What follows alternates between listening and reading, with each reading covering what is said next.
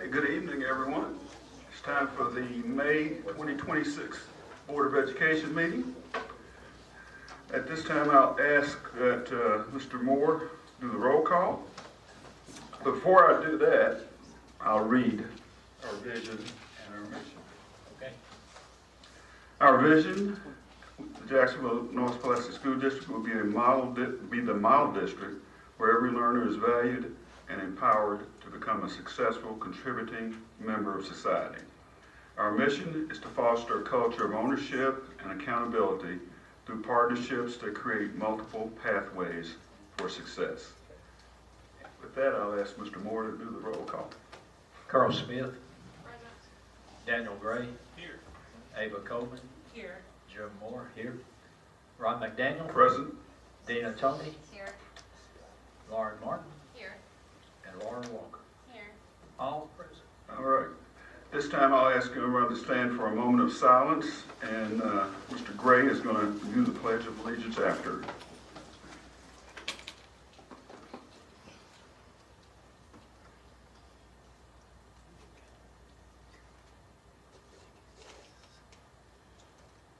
Join me in the pledge. I pledge allegiance to the flag of the United States of America and to the republic for which it stands, one nation under God, indivisible, with liberty and justice for all. Okay, we have the first thing on the agenda here is a special presentation by Starbase. And I'll turn it over to Dr. Orr. Thank you, Mr. McDaniel. Good evening, everyone. The Jacksonville North Pulaski School District is proud to partner with the Little Rock Air Force Base to reopen Starbase, a collaboration that strengthens opportunities for our scholars, schools, and communities, as well as for our students across the state of Arkansas. As part of our national network, this Department of Defense outreach program is located at over 80 sites across more than 40 states and specifically designed to serve fifth grade scholars through hands-on STEM experiences that build critical thinking, innovation, and career awareness. The DoD Starbase program provides exemplary instruction, in science, technology, engineering, and mathematics, preparing scholars for future success. We are grateful here at Jacksonville for the opportunity to reopen and operate this impactful, meaningful program, and we're honored to partner with Colonel Katrina Smith, the 19th Mission Support Group Commander, and the Little Rock Air Force Base here in Jacksonville, Arkansas, and its management. Colonel Smith. Thank you, Dr. Owa. It's an honor to be here alongside our outstanding educators, community leaders, and families. I'd like to start with a thank you to the Jacksonville North Pulaski School District, the Starbase Arkansas staff, and our 19th Contracting Squadron for their efforts to make this event possible. We're gathered here for a milestone event. With the signing of this memorandum of agreement, we're officially formalizing a partnership that represents one of our most vital investments in the future, the return of Starbase Arkansas. At Little Rock Air Force Base, we strive to be out front and drive excellence while doing so. We know that to truly embody these principles, we must extend beyond the flight line and into the community that supports us. As many of you know, this incredible program once thrived here. Today, we recognize a promise kept to bring Starbase back to Arkansas with a renewed sense of pride and an unwavering investment in the future. We recognize the boundless possibilities that STEM initiatives grant our youth. Together, we are committed to unlocking those doors. The Department of War Starbase program is driven by a powerful mission: to expose our nation's youth to technological environments and positive civilian and military role models found on active Guard and Reserve military installations, nurture a winning network of collaborators, and build mutual loyalty within our communities by providing exemplary hands-on instruction and activities that meet or exceed our national standards. This memorandum of agreement is a testament to the profound partnership between the 19th Airlift Wing and the Jacksonville North Pulaski School District. This agreement signifies our pledge to offer elevated opportunities to our scholars, and together we will work to inspire the brilliant minds who will design tomorrow's technologies, lead our communities, and perhaps one day choose to wear the uniform and join us in strengthening, protecting, and defending our country. Thank you again to the Jacksonville North Pulaski School District for your steadfast collaboration in making this vision a reality once again. Thank you, Colonel Smith, and will you join me at the table so we can make this official?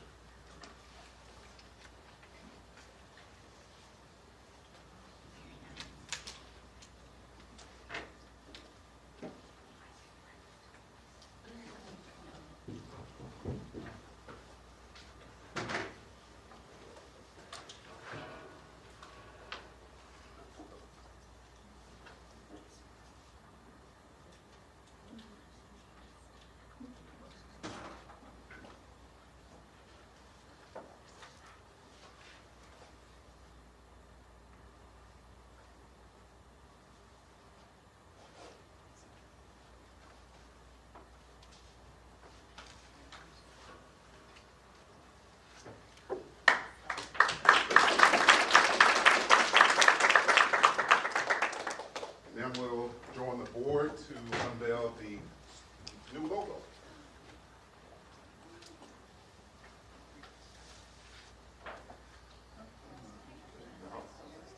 This is a group photo.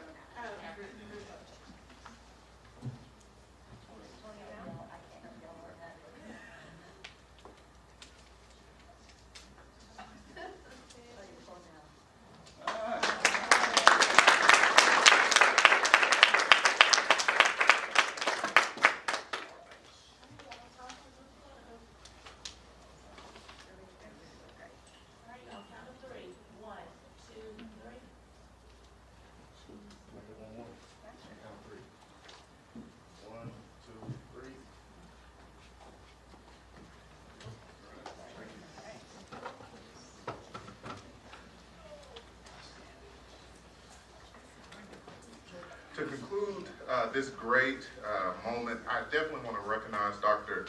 Janice Walker, our Assistant Superintendent for Curriculum and Instruction. She has been our liaison with the Little Rock Air Force Base and made sure that it happened, along with Mrs. Terry Williams. And so, Dr. Walker, thank you for your leadership on this project. Very important project for our scholars, so thank you.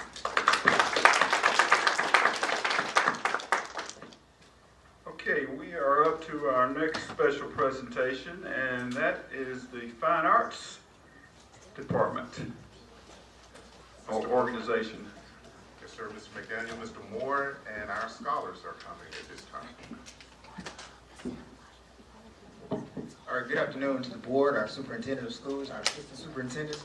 My name is Roger Moore, Director of Advanced at Jacksonville High School. And we kind of want to do a state-of-the-art of the Fine Arts Department at Jacksonville High School. So we have here on this opening screen, our city, our voice, our future, because it's all about the students. It's all about our city. It's all about their voice and their future. So we're going to do a recap of what we did this past week on our art gallery. We had our art gallery Thursday, April 30th. And so these are the students that will be presenting, and they'll introduce themselves in just a second. Each one of them will have a segment here. But here's some of the art display that I was able to capture from last Thursday's art show. And some of the focal points, I want to just read off a few notes. We don't have anyone from the art department here today, but I want to speak on their behalf. Some of the program focuses are student exploration in drawing, painting, mixed media, and creative expression. Also, we had a showcase where we featured student work highlighting identity, culture, and community perspectives. And some of the program impacts are it encourages creativity and self-expression for our scholars.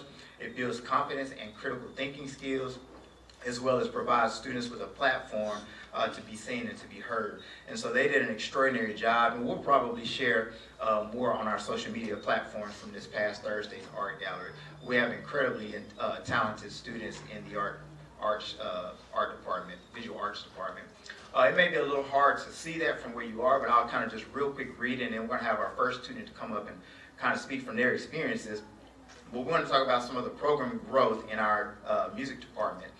So we began the year in band with 104 students on our roster, which is the most that I've seen since I've been the band director in 4 years, and we continue to upward trend in participation and retention.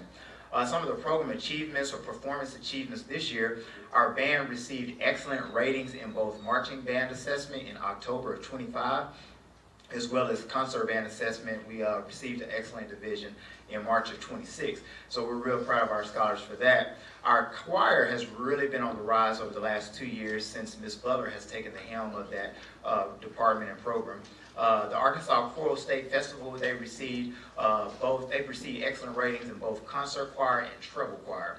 So in all the assessments this year, both choir and band have received excellent ratings. So we want to acknowledge them for that. Some of our student honors, I'm going to have one of our students come up in just a second and speak on his experiences. We had 6 students selected for our all-region honor band, and 1 student earned back-to-back all-state honors. And he's received several offers from local universities, including the University of Arkansas, all in the span of about 3 weeks.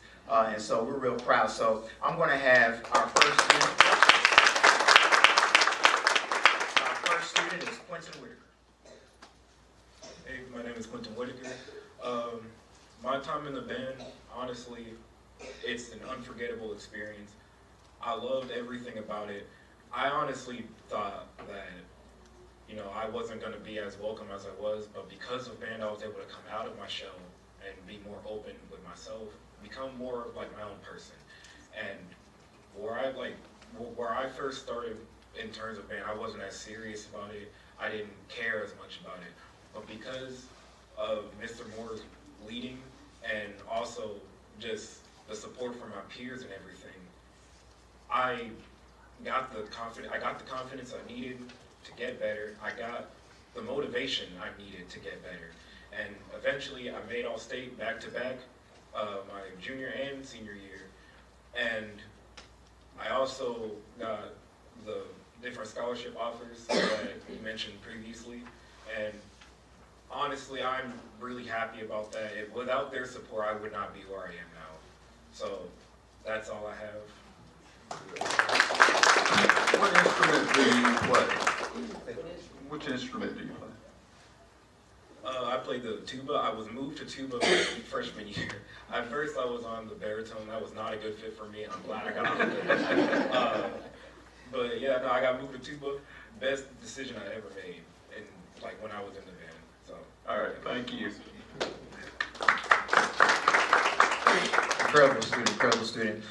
Speaking on those scholarships, so life-changing opportunities through fine arts has provided scholarship success where 8 students have been awarded full scholarships. So tuition, room and board, meals, books, 0 out-of-pocket costs for families. They will be doing their official senior night signing this Thursday at our spring concert at Jacksonville High School at 6 p.m. And so we're really excited about that. So I think that's great. No debt. They're going to be great after 4 years. So let's give them a round of applause. Let's go ahead and move on to our, so those are some, actually I want to mention, he talked about the support in the community. So our fine arts is creating pathways to college, why this matters.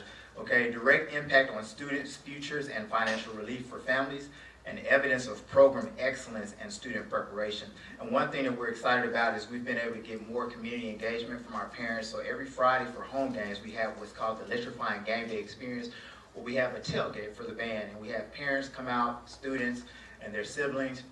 We have bounce houses and all these different games set up, music playing, and the parents did a great job of setting the spread and the feast so the kids could eat really good before the game. So I thought that was a great creative way to get parental engagement, and so we'll continue that trend as well. These are some of the photos from our recent Jazz and Titan Awards Gala, which is kind of like the ESPYs, the Grammys.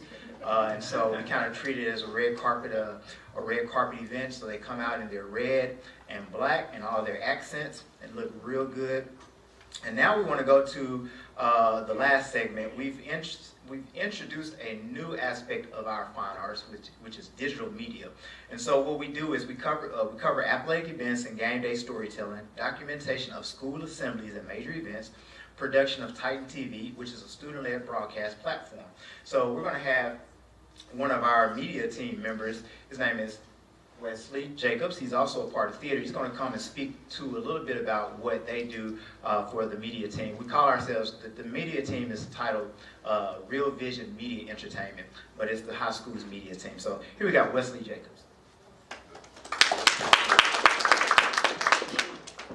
Hello everyone, I'm Wesley Jacobs. I'm a junior at Jacksonville High School, and I just want to say the media team has really excelled me this year and helped build confidence in my speaking ability and really given me opportunities to show my voice and really try to help build a culture at our school.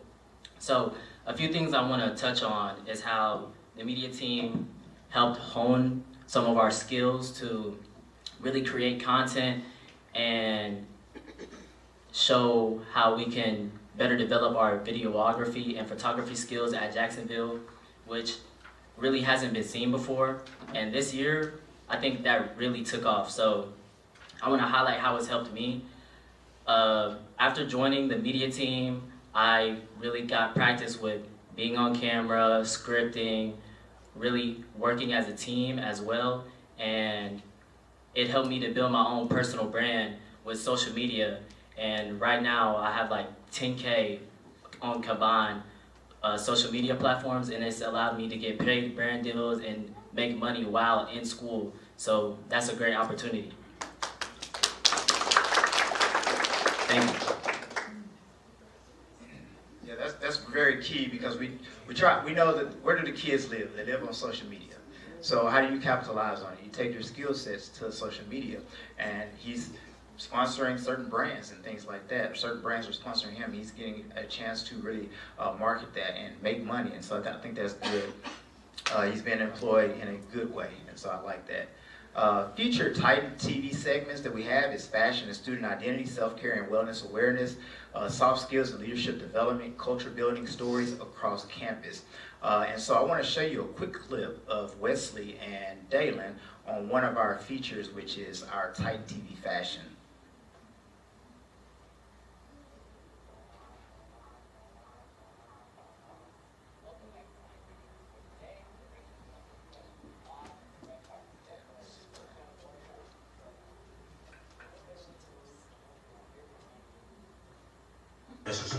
We've got style, we've got confidence, and we've got some bold looks ready to hit the runway. So sit back, relax, grab your snacks, and get ready to rip the runway. Titan style.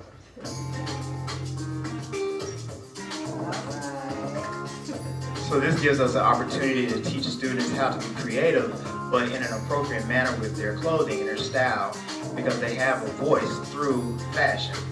So this gives us an opportunity to kind of help hone in and shape proper attire. And so that's just a quick little teaser there. We didn't want to go too long.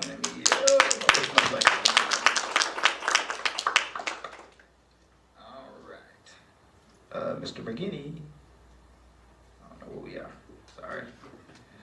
Oh yeah, a tech guy here.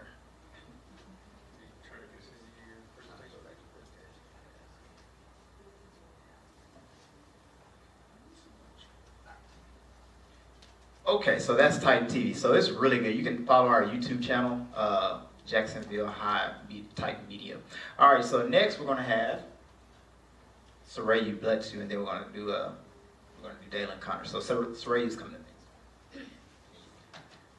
next. My name is Sarayu, and I'm a sophomore at Jacksonville High. And I believe our media team provides students with a voice. We use broadcasting as a way to educate scholars in a light and fun way. Whether that's using skits, games, or informational snippets, we build a sense of school culture that wasn't originally there. My being in media has allowed me to be able to use my voice and really broadcast how I feel about our school. I believe we have the potential to be a leading school in creativity and academics, and I expect these things, and we use media as a tool to produce these expectations. And then I also want to highlight how media has influenced me. So I'm very interested in public speaking, advocacy, and journalism, and I have used media as a way to actually apply to this summer program in Washington, Virginia for a journalism and media conference. And I believe that media is really paving the way for how our students express themselves and how we see our school. Thank you.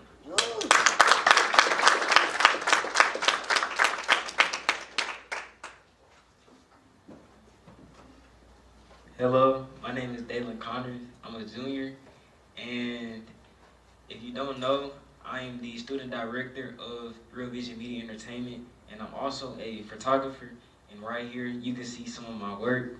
Me and Mr. Moore took a trip last year while I was 16, and I got to shoot the top athletes in Arkansas, and I even got to meet the fastest man in the world right now, Jordan Anthony. And through this trip itself, I didn't just get to share my creative eye in terms of photography and videography.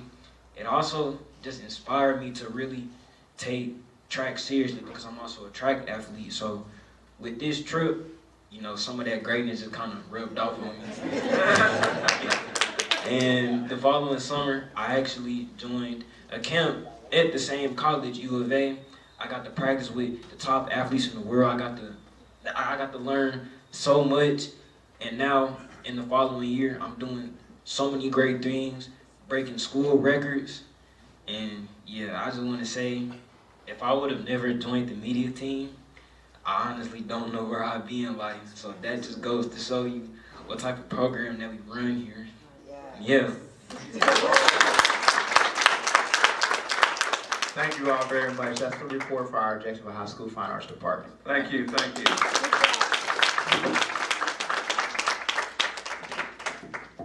Okay, we're up to public comment, and do I have anyone?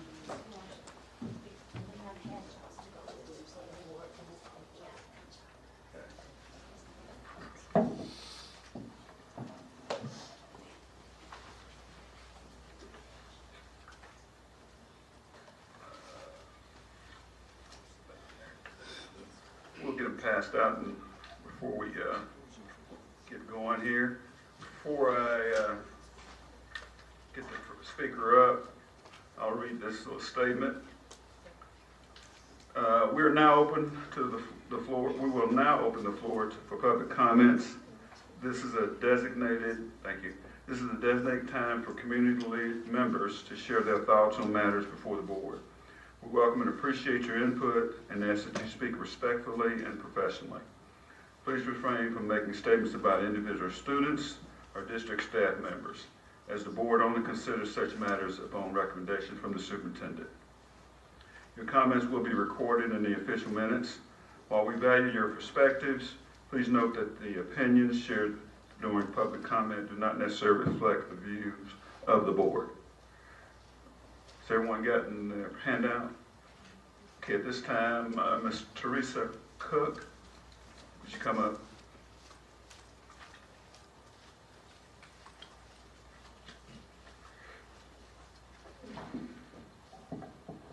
Good evening. The Parent Action Coalition would like to briefly place the following on record.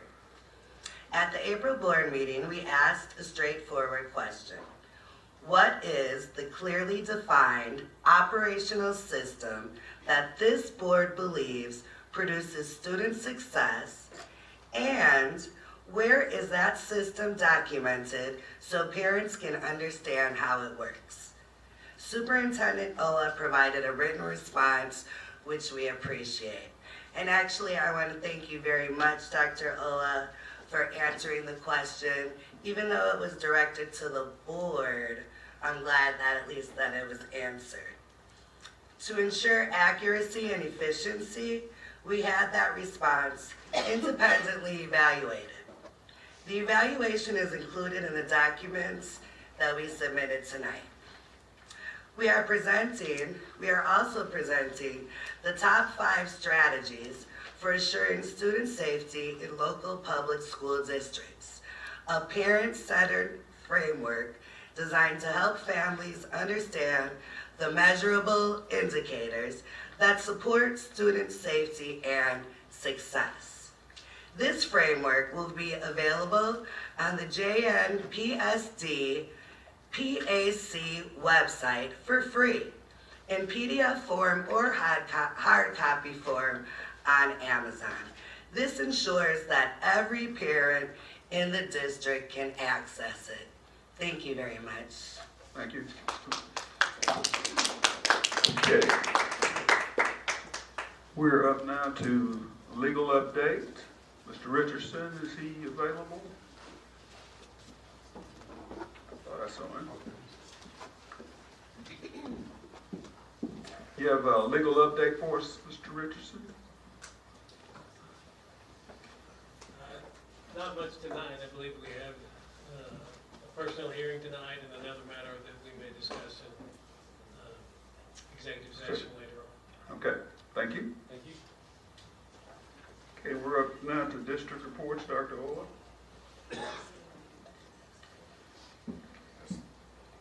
Good evening again. I just wanted to first off to share a appreciation to our teachers. Today starts our Teacher Appreciation Week, and the hard work that you see with Mr. Moore and our other teachers from pre-K all the way to 12th grade definitely needs to be appreciated. I wanted to say thank you to them and for their hard work and dedication to our scholars in our district. And I want to show appreciation to our community because our community partners have definitely stepped up this week, starting today with showing our teachers and support staff how much they appreciate them. So and that's at the pre-K all the way to the high school that we've had community partners to show that appreciation, and it will take place all this week. Also wanted to say how much I appreciate our special education department under Miss Christy Darrington. I thought she was right there. Her leadership with the Special Olympics Region 5 that took place. Great turnout and very organized.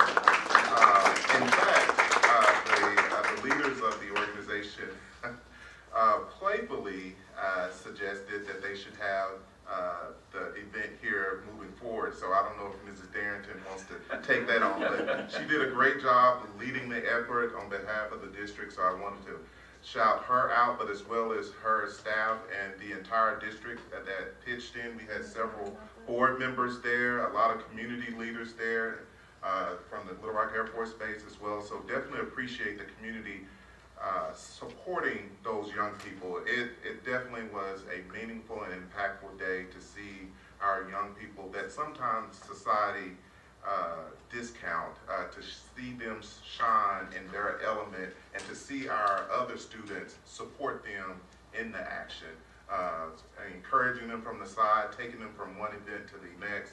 And so we had a really great day in the district on that day. We had board members even cooking, some running the heat. Mr. Gray was even back there. I don't know how Mrs. Walker and Mr. Walker convinced him to flip burgers, but he was out there. So, but appreciate all the board members who were there for that day. Also, as you can see, we're renovating the boardroom, so I wanted to say a special thank you to Mr. Lester and his team, Mr. Stallnaker, Mr. McGinty, and Mr. Martin, our technology and maintenance teams, for getting us started. So this is the first phase, and they really wanted to make a good impression for this May meeting, and so they have most of it done, but thank you to our team for leading this effort. So we have a permanent location. And lastly, very importantly, we've had this year some very traumatic incidents with our scholars and staff members, and two of our staff members stepped up to the challenge, or stepped up to the plate and went above and beyond. We had one staff member in March during a OT session. A student started choking on a snack, and she quickly administered the Hamlet maneuver several times and cleared the scholar's airway, and because of that, that scholar is still here today. So we want to recognize Mrs. Brittany Smith with the superintendent's citation.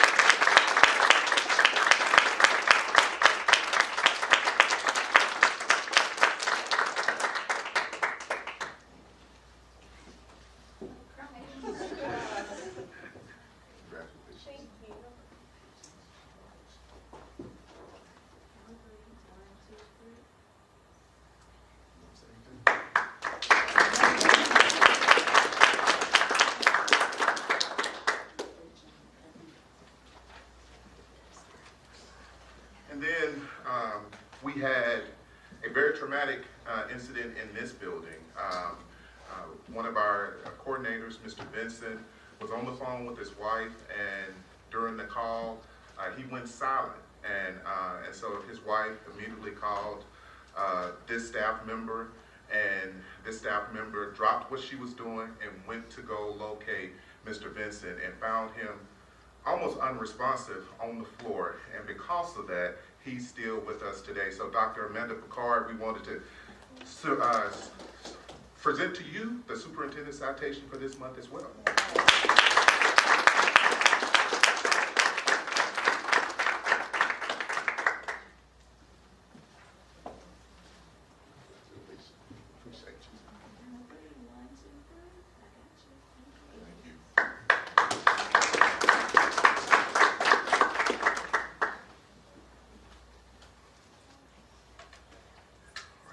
Daniel, that concludes the superintendent's report. Okay, do we have any PPC reports? No, sir, not this month. Okay. Okay, we're up to the consent agenda. Does everyone have a chance to look over the consent agenda? Do you have any corrections or? Move to approve the consent agenda as presented. Second. Got a motion and a second. All in favor signify by saying aye. Aye. All right. Consent agenda passes unanimously.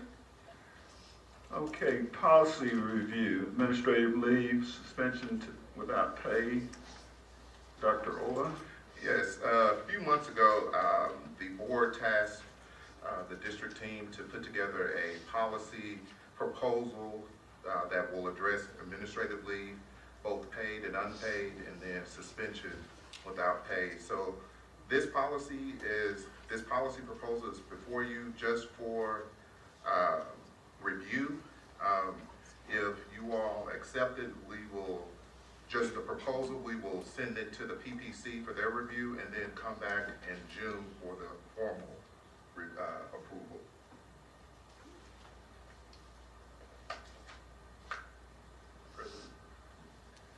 But I read over, it looked good to me. I'd say send it to PPC and see what if they've got any comments. Anybody else got any comments that are appropriate? We don't have to make a motion or anything, we'll just send it to PPC. If there are not any other corrections, we'll send it to them for their review, and then we'll bring it back to you for final approval. All right, thank you. Okay, next is the federal program assurances. Yes, in accordance to state law, each year school districts must submit their federal programs assurances to the school board for your approval. It certifies that the district meets the compliance according to federal laws and grant requirements. And so we have before you the federal assurances for the FY 26-27 school year, which will start July 1st for your approval. Okay. I'll give you a few minutes to look this over, and then I'll entertain a motion to approve.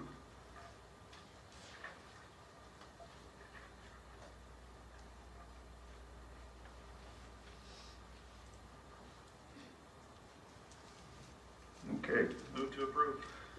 I got a motion, a second. Second. Okay, motion and a second, no discussion. All in favor signify by saying aye. Aye. All right. Okay, we're up to student disciplinary actions now. Just one, okay. Just sit right here. Okay, we have ALE placement hearing for Skylar Harris of Jacksonville High School.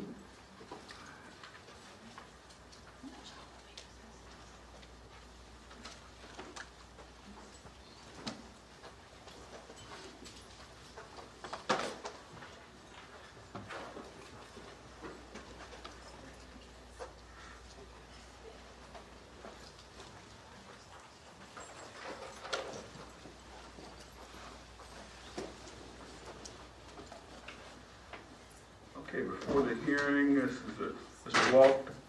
Walker Harris present. We'll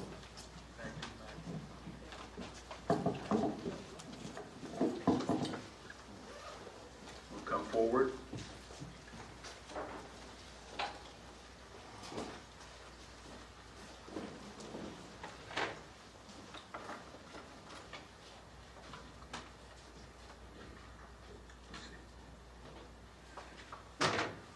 Okay, this is an expulsion hearing for Skylar Harris. The law provides that the hearing will be held in open session unless requested by the student or guardian to be closed. If the hearing is open, anyone, including the press, may be present.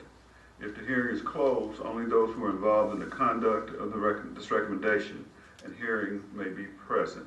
Mr. Harris, do you desire the hearing to be open or closed? Open. Open? All right. Okay.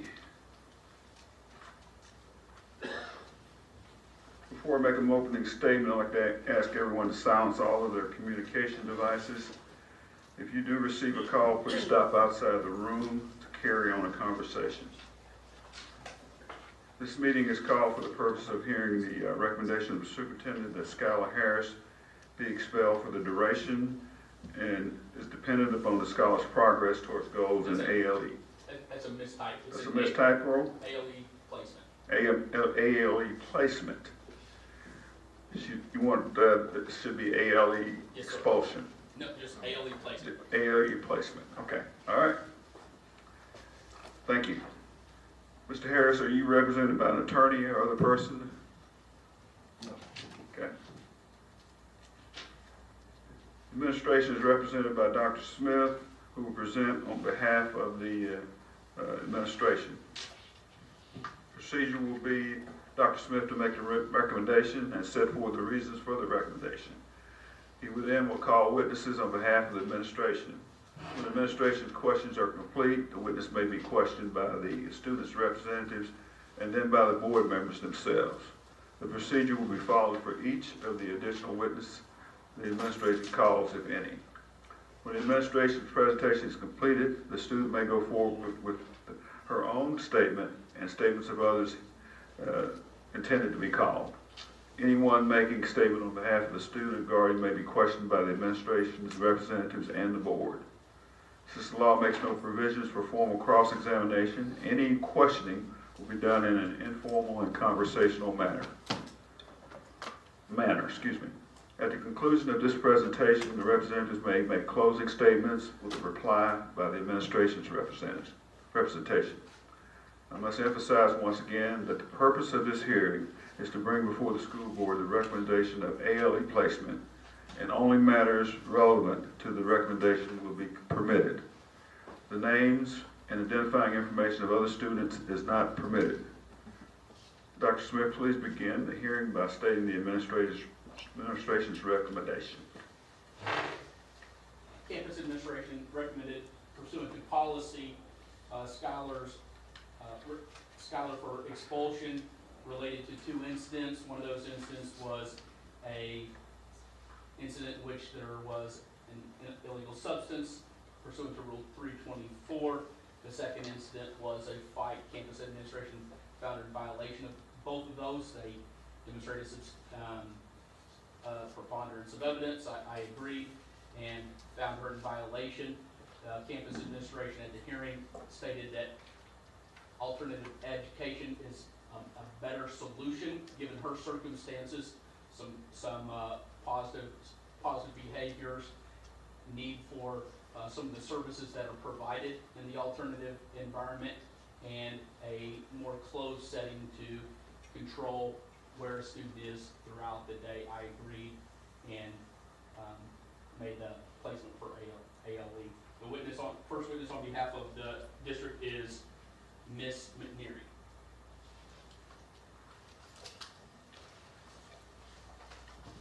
Mr. Smith, will you give them some mic?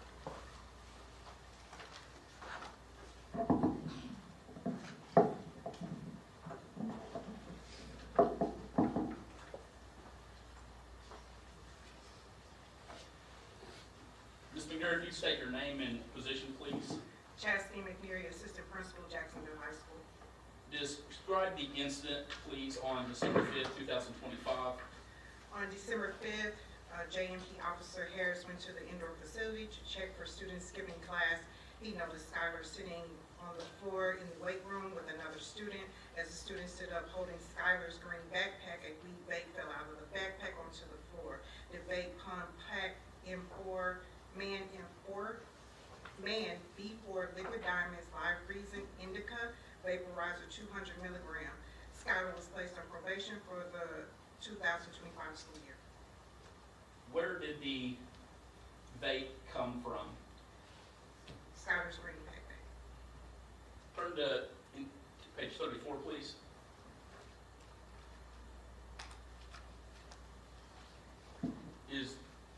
Is that a statement from, what is that document?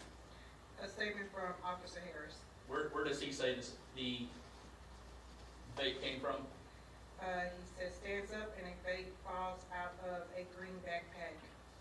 On page 33, is that a statement from another scholar present? Yes. Where does that scholar say the vape came from? It fell out of Skylar's bag. Does anyone say that it doesn't come from the green backpack? Not that I'm not on. Does Skylar say that it didn't come from the green backpack? She did not. In interview and in the hearing, did she say that it didn't come from the green backpack? She did not. Where did she say it came from? She said it fell out of, it just fell once Skylar stood up. And she wasn't sure. What rule did you find her to be in violation of? 324. Did you follow the handbook consequences in relation to this finding? Yes. What did you do with the vape? The vape was given to Mr. Dion, as the other person involved in the incident was also dealt with this according to him. All right, if you tell about the incident on April 9th, please. On April 9th, 2026, Skylar was in class talking with her friend. A female scholar heard Skylar and her friend talking about her and confronted Skylar about it. During the confrontation, per Skylar's statement, she asked the female scholar who's going to do something about it. The scholar responded by saying me. The scholar got up as they were arguing and made a threatening comment.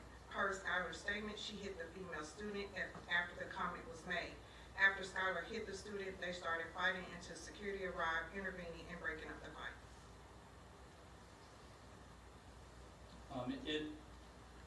Have you worked with Skylar in the past? Yes. Is it common for her to have disputes with other scholars? Yes. Have you had to give her no contact orders to prevent her from talking about or to other scholars? Yes. Did Skylar try to leave the classroom to avoid the fight? Not that I'm aware of.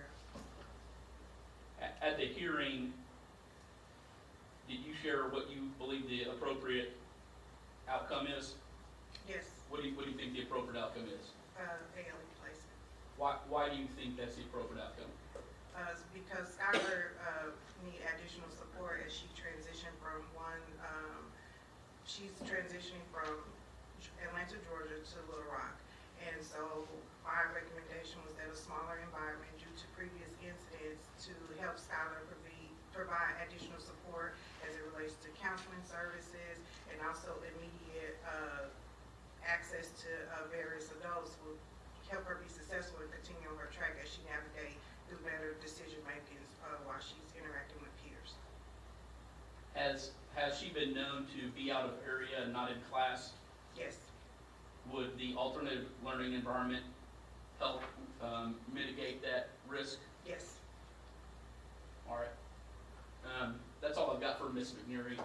Next I've got Mr. Dion, but if anyone else has questions for Ms. McNeary, she's available this time. Excuse me, Mr. Harris, do you have any questions for Ms. McNeary? Yes. Ms. You McNeary. want to get the mic over there? Want to get the mic over there?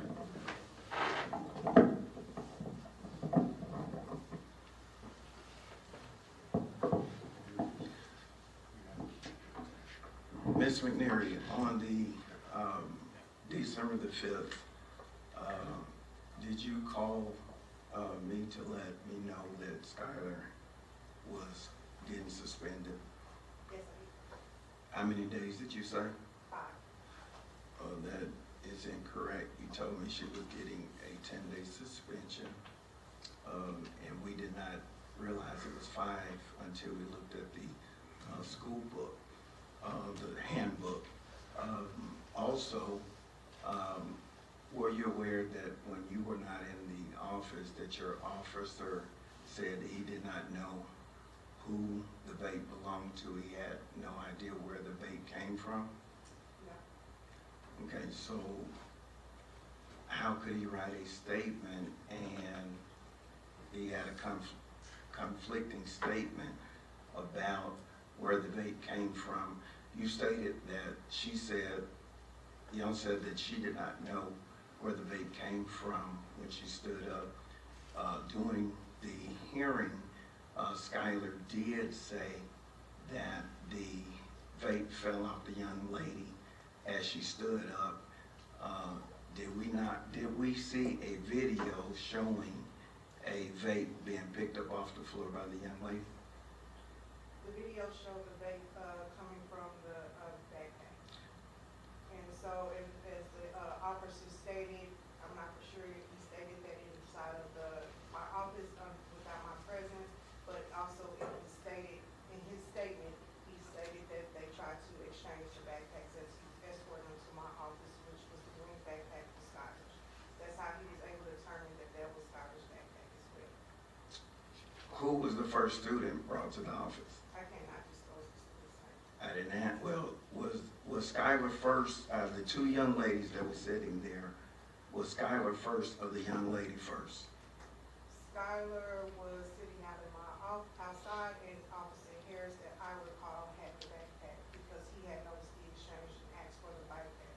She did testify that the young lady was taken to the office first, and then they came back and got her after the young lady stated that, or tried to say that the vape came from Skylar's backpack, correct?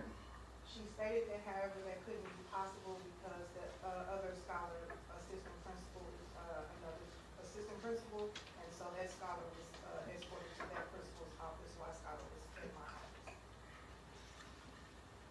But she testified that they came back to get her after they took the young lady to the office because he thought that vape came from the young lady.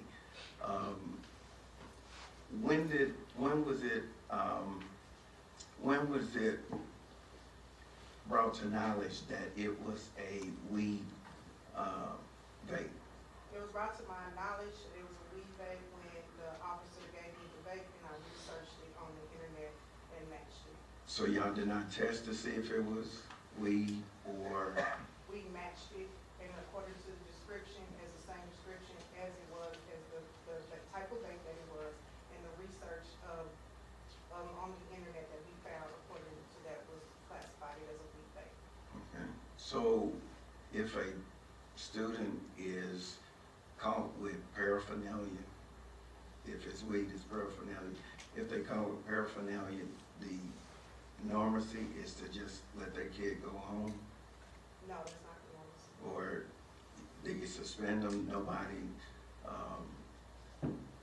because when it was brought to my attention, it was a simple vape. I did not realize it was a weed vape until we had the hearing. That was never brought to our attention. So I'm trying to figure out when it had become a weed vape versus a regular nicotine vape. It was communicated through email, as also with the description of the suspension notice that it was a weed vape, and when I spoke with you that day, I did disclose that it was a weed vape. I respectfully disagree. We have never spoken about or had communication about it being a weed vape until we got to the hearing, and then it was the only thing that was said during the school or at the school. You called me, you said she's going to get suspended, and from my understanding, when she was sitting outside your office, you walked in, you walked back out, said I'm giving you 10 days, and she has never, during that day, even discussed anything with you about this matter. That's not true, and it's documented. Mr. Smith? So, that's not true, because I follow the handbook as it is written, and it's not a practice, and it's not in the handbook to suspend a student for 10 days. That's not even an option. So I can't suspend a student for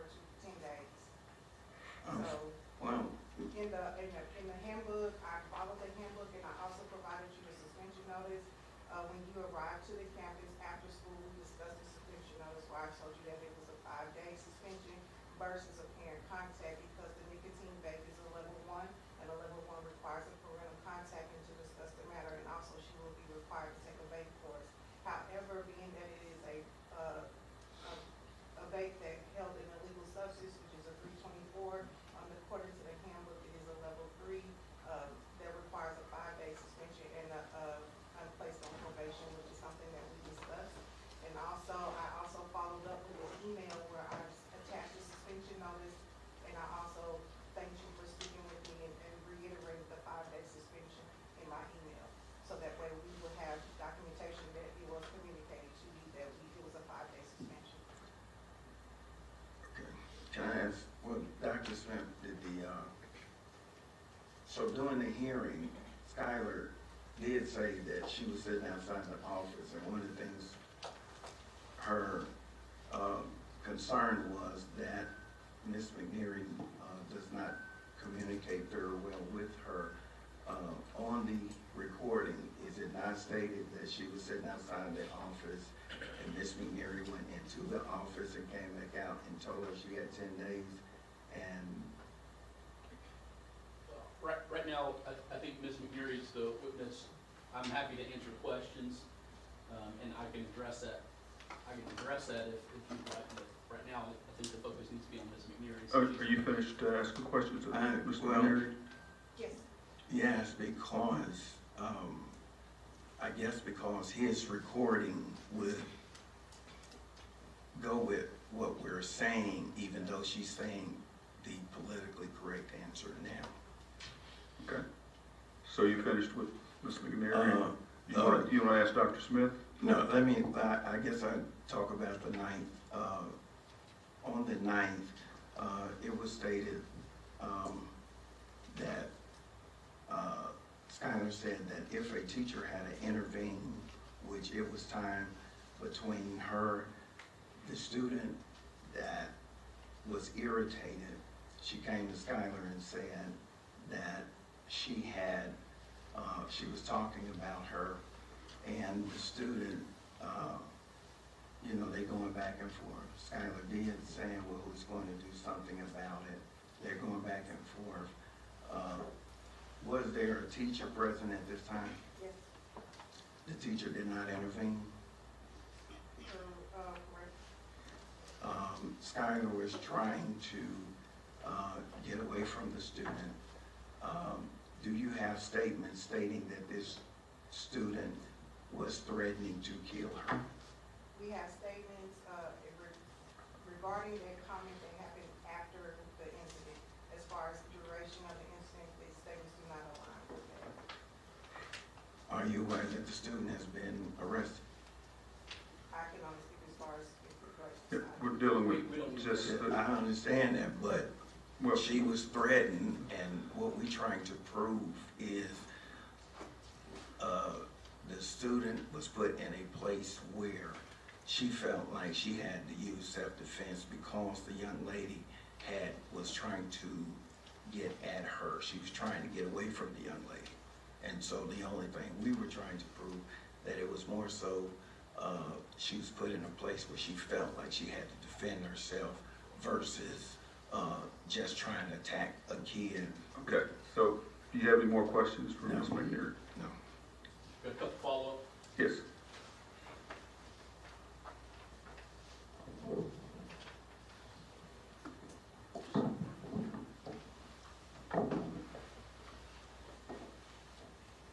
Ms. McNeary, look at page 31, please.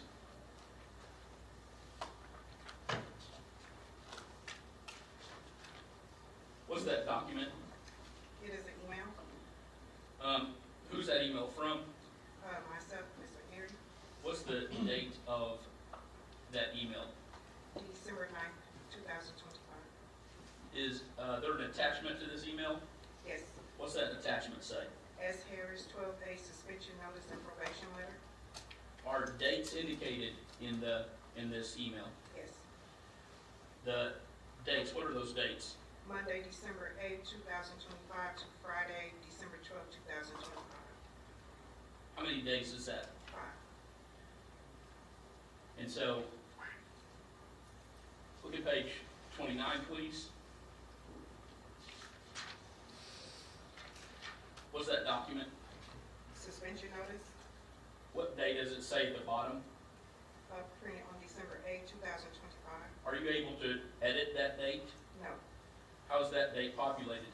it is populated through eSchool on Cognos. Is it populated when you generate the report? Yes, How many days does this say? this is also 5 days. 5 days. Is this part of the attachment that was sent? Yes, The next page, page 30. What's this document? probation letter.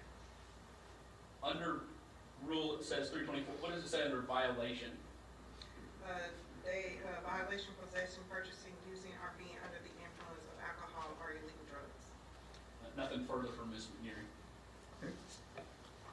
All right, do you have no, Next is Mr. Dion.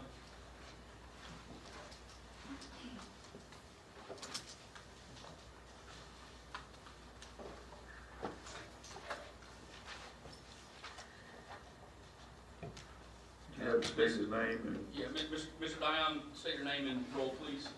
Michael Dion, Assistant Principal, Jacksonville High School. Did you assist with the incident on December 5th? I did. Did Ms. McNeary give you the vape? She did. What did you do with the vape? I documented it by taking a picture of it along with the witness or the scholar's statement, and then after verifying that it was what she said it was, I then gave it to Officer Odom, having no longer need of it in my office. Did you assist with the incident on April 9th? I did. Did you interview students? Yes. Based on your conversations with students, what do you believe led up to the fight? I believe that there were harassment events that occurred that then led to the fight. And why do you believe that harassment occurred? Based on the statements of several students in the classroom. And so when you say harassment, don't give any other names, was Skylar being harassed or was she harassing someone else? She was one of the antagonists. Do you believe that to be true? Yes. And why is that?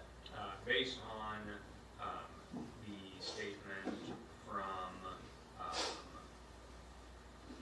two of the scholar witnesses, along with some of the conversation that I had with the other person in relation, involved in the fight, but mainly the other two scholar witnesses. Had the other scholar, no,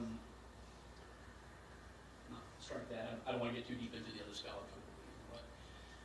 But I've got nothing further for Mr. Dion at this time. okay, pass the mic to Mr. Harris if he will ask some questions.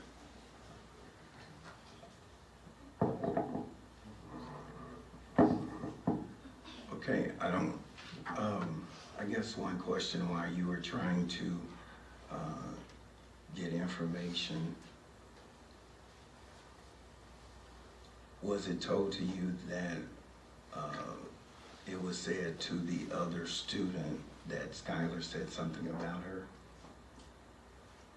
So it was told to me that both Skylar and Skylar's friend were saying things directed at Scholar A. Okay, and so did Skylar go to Scholar A, or did Scholar A go to Skylar?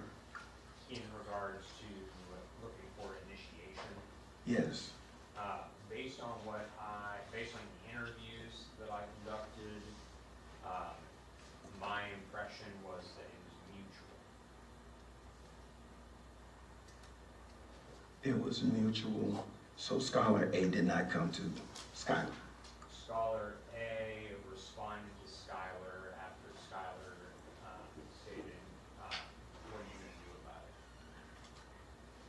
So you do realize that Skylar was talking to Scholar B, and Scholar A got word that Skylar and B was talking, and Scholar A got up to come confront Skylar because she thought she was being talked about. Is that not what you got from the other students? That was not what I understood. So we're under the impression that Skylar just decided to intervene with Scholar A and they ended up fighting.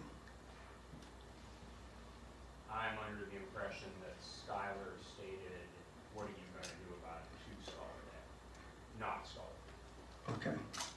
Under Skylar's testimony during the hearing, Skylar stated that she was talking to Scholar B. Scholar A got up and asked her about talking. Are you talking about me? Skylar responded with who's going to do something about it, because the young lady or Scholar A wanted to know, were they talking about? Although Skylar was not talking about Scholar A, another student had went to Scholar A and, being messy as some children can be, told her that she was being talked about. That's where that came from. So is it safe to say Skylar was not the aggressor because she's not talking about Scholar A? Scholar A wanted to know, why was Skylar talking about her? So how could she be the aggressor when she's not even talking to Scholar A at all? I can only speak to my understanding of the events since I was not present at the hearing. So it's all secondary information to you? Yes. Thank you. Okay, any further questions? Mr. Harris? Okay, do you have a witness that you would like to? Here, but her grandmother wanted to speak on her behalf as well. She here? Yes. I do.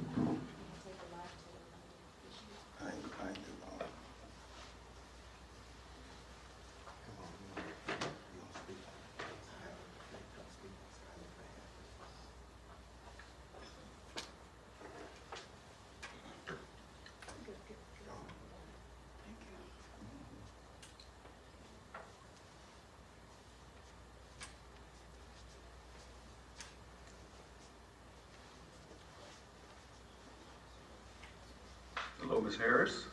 Good evening to everyone. I understand that you're asking me to speak on behalf of my granddaughter. My granddaughter is very respectful. And I'm not just saying that because she's my granddaughter, but she is. She's not aggressive. Somebody has to really do something to her to make her defend herself. And to all of you, I can't come before you and lie, because I have a standard. I'm walking with the Lord, and I'm asking the Lord to help us all, that we do the right thing. I've had a lot of children to go through past the school system. I was in the school system myself, and that's what I've taught Skylar. Those times she's been around me, I try to help her to understand, do the right thing. And she's trying to do the right thing. But you know, things happen. But on behalf of her, no, she's not aggressive. Nobody that's around her can tell that she come before them and show out. I trained all my children. And she's around me, and even her mother didn't do that. So, on behalf of Skylar, I ask for you all to show mercy. Don't let things just get told out here, because she needs an education too, just like the rest of her. And since she's doing what she can, when she came back, she started doing what she could to improve herself, to prove them around her. So, I'm through. All right, thank you, Ms. Harris. Yes, sir. Okay, that's your final witness, Mr. Harris. Okay, we're up to closing statements.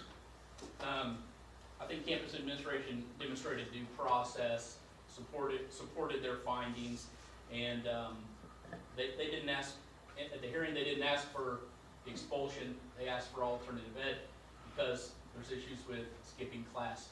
There's been some challenges, some personal challenges over the last 9-12 months, and so they asked for alternative ed so that those needs could be met, so she could continue to come to school every day in the alternative setting, have a smaller environment that's self-contained, and provide her needs in that setting. Looking at what they presented, I think that's the appropriate outcome. Okay. Mr. Harris, you have a closing statement? Like my mother stated, I am a product of Jacksonville High School, and if our principals and things had have given up on us and sent us to alternative schools and things and suspended us, it was more of a family environment. Yes, Skylar, I'm not saying that Skylar is perfect. She makes mistakes just like any other young person do. I have tried to be very transparent in bringing her to Jacksonville High School.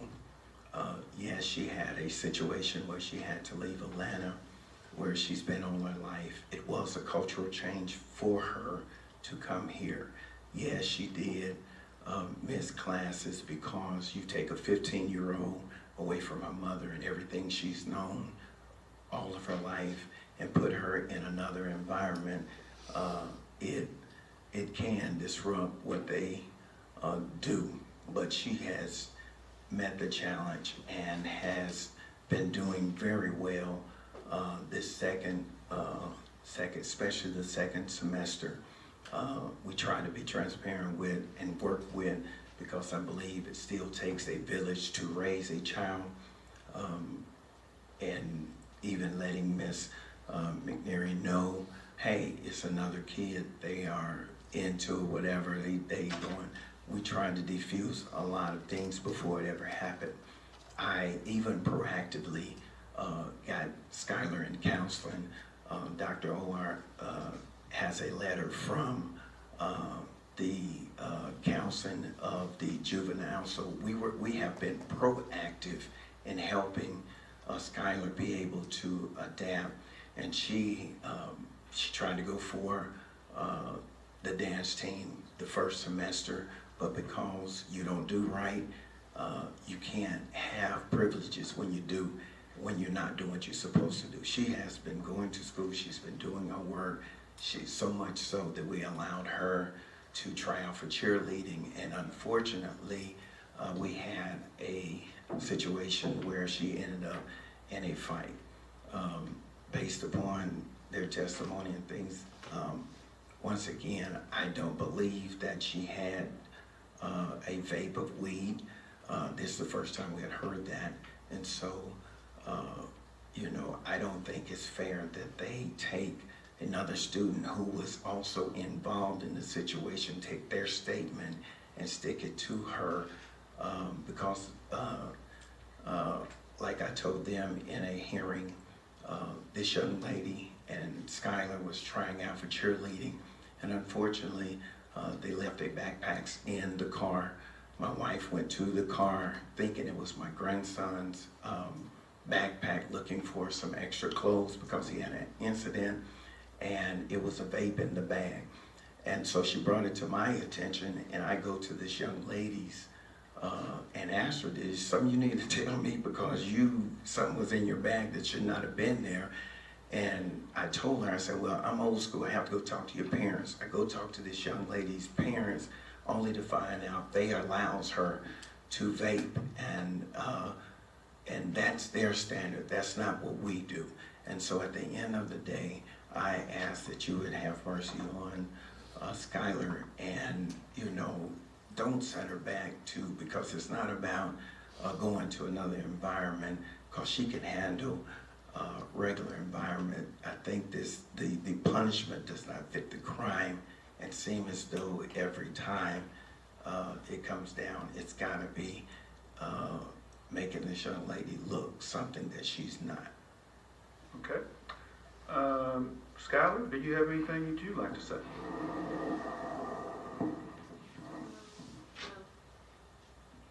Okay.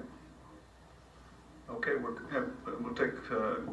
give the board members here an opportunity to ask questions. Do you want to ask questions of Skylar or Mr. Harris? I do have a few questions. Is it okay if I ask for questions? Okay, Skylar, what we doing? What is your goals? Oh, in life? Yes. Okay, I want to like be a pediatrician. Okay. How we gonna do that if we not in class?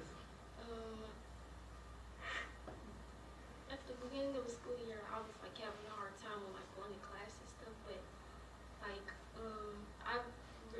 I noticed that I really needed to like lock in, like actually start going to class and doing my work and making good grades, which I am now. But and I'm taking a class that's like it's going to help me to get to where I want to be, like to be a pediatrician.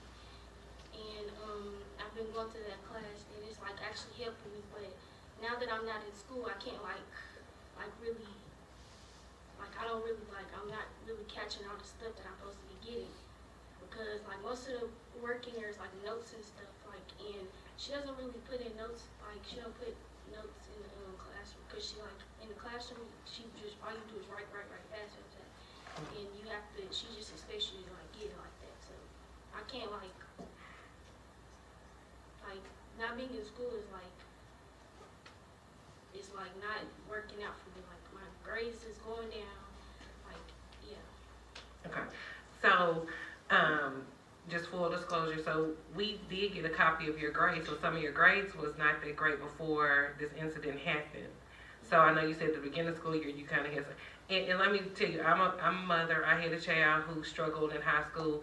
She's doing great now in college, but so I do understand. So that's why I'm just trying to get an understanding so I can make the best decision for you. So you said that you were struggling when school first started. So what happened, like, you know, in the fall? First of school, you were struggling. Fall came, November, December, and we see your grades now. And the latest grades that you have, and those are, a lot of those are low. Now? Those are because of my suspension, or my expulsion, or whatever this is. Me not being in school from the 9th. Mr. Smith, what's the grades that we're seeing? Grades you're seeing are probably before, most of them are going to be before any of this took place. Some of the grades on the teacher reports may be live grades after a few days of suspension, but otherwise they're going to be prior to that. Okay, so it's not like a report card grade. It could be just like, hey, I'm checking the grade book to see where she is. On the teacher reports, we're looking at work in the back. We're looking at work attitude, conduct. Those are not going to be report card grades. They're going to be live. You know, there might be a couple assignments that aren't made up yet. So. Okay. Thank you for explaining it to me so I can have a better understanding. So, okay, next question. So you said you want to be a pediatrician, so that's great. If we did allow you the opportunity, so just for clarification, you know what ALE, it's a smaller environment. You have more direct hands-on for somebody to sit and work with you with your work. So it's not like you're going home. And I understand like you want to be in the high school, but with all your transition and everything going on, do you think that you would benefit for somebody being readily available for you for each of your subjects, since you just kind of explained to me that you're a hands-on person?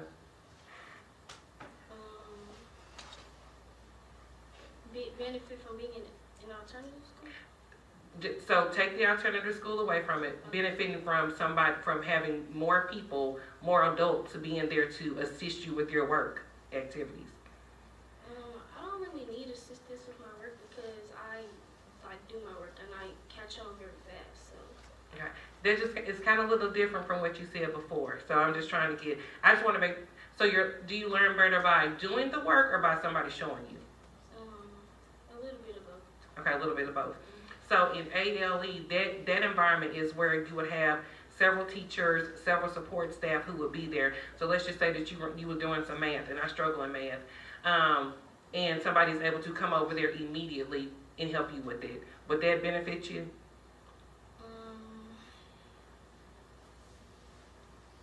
You don't know? Yes, but no. Cause like in school, like if I need help, I'll sit there and like try to figure it out myself, and then by the time he come, I already done figured it out. So I like. Okay. So the goal is for schools for you not to have to sit there and struggle, that you have so many people who support you and want you to do great. And I just want to set you up for greatness, because I cannot wait for you to be a pediatrician. I know that can happen. And so I'm just trying to see clearly about what we need to do for you to help you be successful. My next question is that, so it just sounds like Uncle Walter was just saying that it's a possibility. We don't know. I don't know the other student. I don't know what's going on. That it may not have been your vape. Do you know that the crowd that you hang around can determine how people look at you? Yes. Okay. So, like, moving forward, you know, even though the young lady may be the sweetest girl in the world, because of some of the choices that she makes, she may not be the best person to hang around. So how would you move forward with making friends and keeping the right type of company as you move forward? Whether it's in ALE or in the regular school. Tell me, like, what your kind of plan was going to be. If you know that somebody is doing something kind of crazy, what would you do?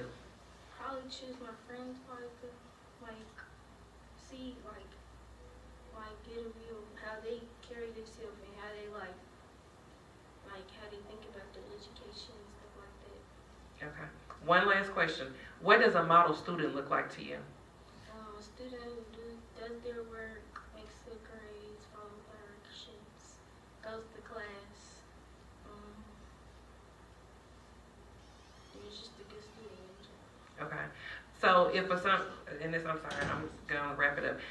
So if the board does decide, because it's a collective decision, I only have one vote. If they do decide to let you go back to school, it will be a probation situation. And so if you did go back to regular school and it's a probation situation, if you did anything, ALE wouldn't be an option. It'd be directly expulsion. That's a lot of weight to carry. Because that means if Sally come up and talking crazy to you, and, you know, a fight is a fight. I understand that sometimes you have to, you know, you put in situations where you feel like you got to defend yourself, but a fight is a fight, and we just can't have that in the schools for the safety of everybody. So if we did allow you to go back to school, it would be under the conditions of, if anything happened, it would be immediate expulsion. Is that a weight that you will want to carry? Thank you for answering my questions. Okay, any other questions from the board? Help me understand here, Mr. Smith. So, when did the suspension begin?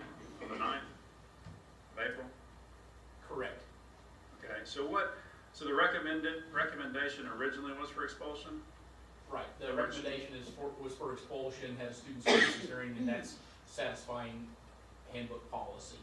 And that the hearing, I asked the question, what do you think the appropriate outcome is? And Mr. Harris suggested ALE, or? No, campus administration suggested alternative education, and I agreed with that and made that decision. Without a duration, basically. Okay, so Skylar has been out of school since April 9th, while we're waiting to figure out what's going on with ALE, or I guess ALE or nothing. But, so what has been Skylar's status as far as receiving classes or education? Ms. McNary can address that. She has access to Google Classroom, and if needed a Chromebook, we also provide that. But everything is accessible, and she can email her teachers, and most teachers will respond. If teachers do not respond, most of the times the student will email me themselves, or a parent will email me, and I'll talk to the teachers directly to ensure that they provide those educational services for students. Thank you. Is that like a live feed, or is it just a daily summary, or is she like live watching classroom while it's going on? No, Google Classroom is where most teachers posted their work. It's almost like our LMS, our learning management system. And so that's where teachers can put their information out there, our assignments, tests, exams, anything related to the class, notes, communication to the student directly. So like the teacher's lecture or any instruction, she just sees that in notes, not a video of the class? Correct. Thank you. All right, I got one question for Skylar. What do you have, 6th period, 7th period? 6th period I have intro to healthcare, and then 7th period I have intro to visual arts, or just visual arts. You don't like those 2 classes very much? I do. Okay, that's 14 and 16 absences on just those 2 classes. So that's the kind of, that's the path that Ms. Coleman's, that's not gonna work for you. That's gotta change. It will. And that's, so when we have an option before us to go to alternative learning or expulsion, or put you back in just the way things have been going, I think that's what we want to make sure you understand. That's hard for us to make that choice when you're skipping class 14 and 16 times, just those 2 classes. Okay? I don't have any more questions. All right, any other questions from board members? If not, we will go into executive session and we will come out with a decision after we go into executive session.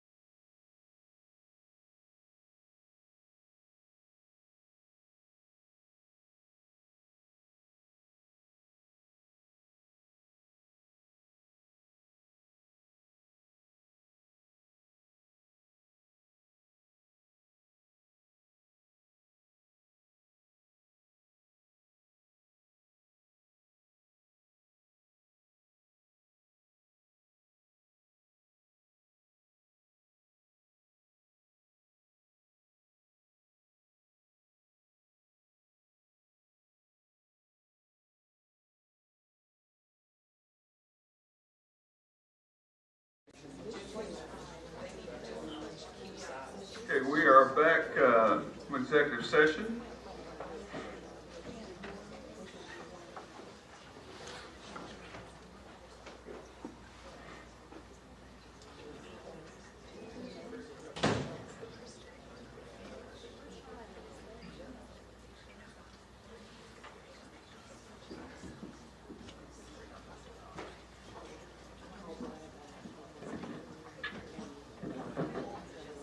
Okay, we have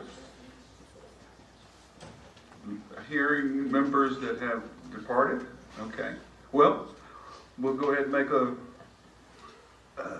decision here. Entertain a motion. Okay, I'll make a motion that we will follow the superintendent's recommendation of ALE. Have a motion and a second. Any discussion? And if not, all in favor signify by saying aye. Aye. Aye. Motion passes. And we are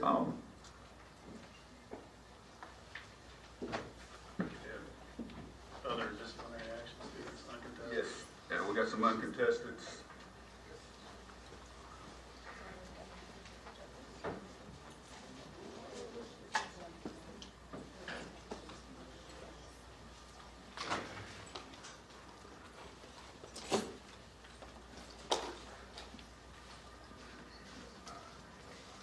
Okay, we have some uncontested expulsion recommendations. Move that we uphold the superintendent's recommendation.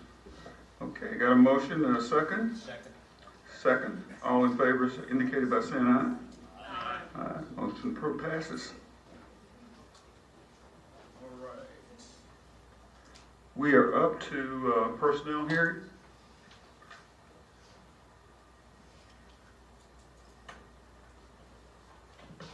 Mr. Richardson. Yes, we're ready.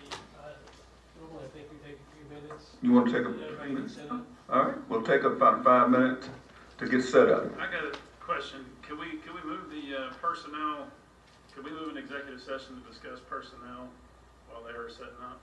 Okay, that'd be great. Or, I guess we need you in there, don't we? Yeah, Never mind. you want me in there? it'd be Leave nice it, to leave do it that. as a, I'm sorry. All right, we'll take 5 minutes to get set up.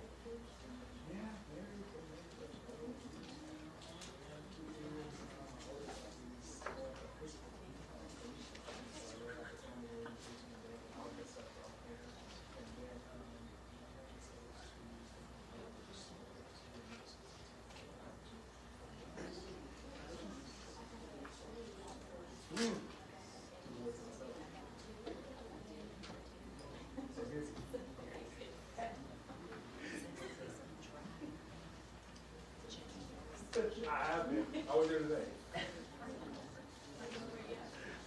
I was literally there today.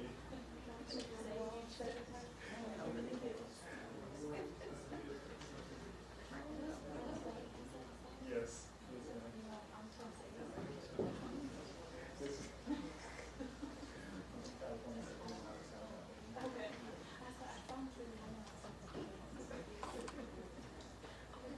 Typically, I like the math and stuff.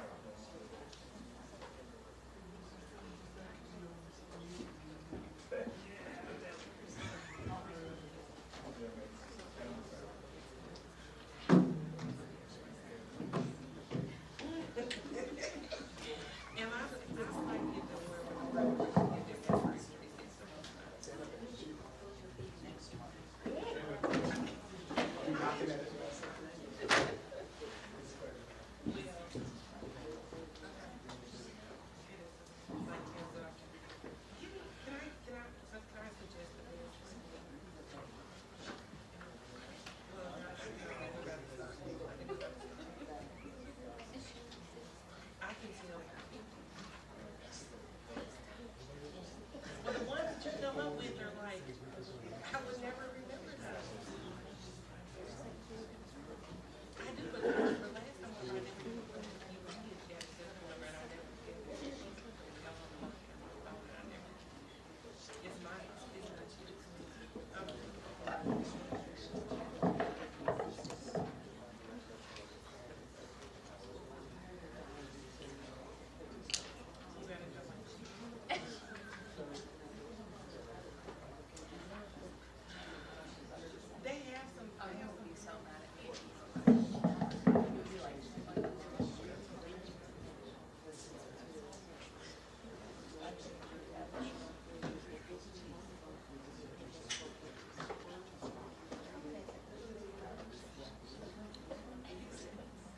But what if I be off on another day?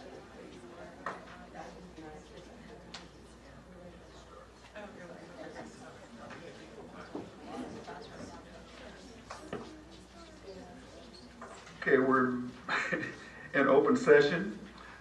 Before I make the opening statement, I'd like to ask everyone to silence all of their communication devices.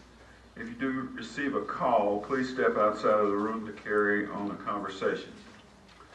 This meeting is called for the purpose of hearing the recommendation of the superintendent that the employment contract of an employee of the Jacksonville North Pulaski School District, Adrian Hernandez, be terminated.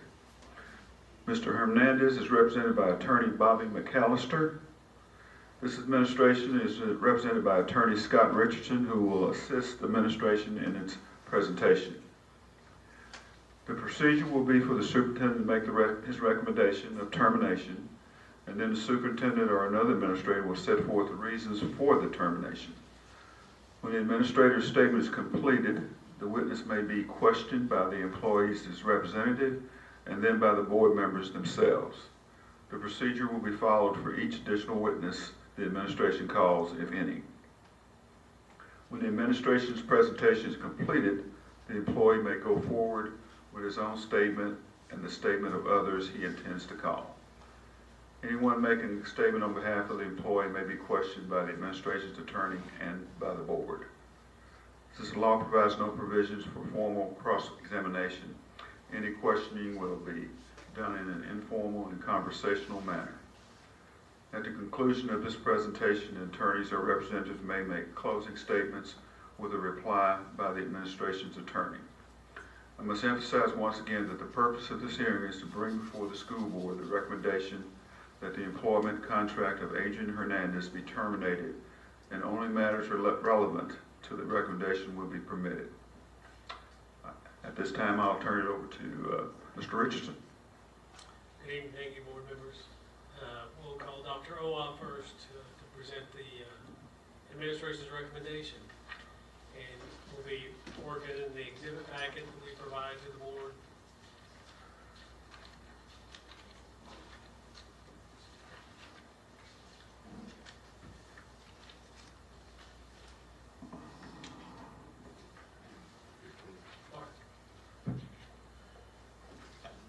So Board, we have before you the recommendation of termination based upon an investigation that was conducted by the Jacksonville Middle School administration and then presented to me. And then, of course, we had the personnel hearing at the district office, which resulted with the recommendation for termination.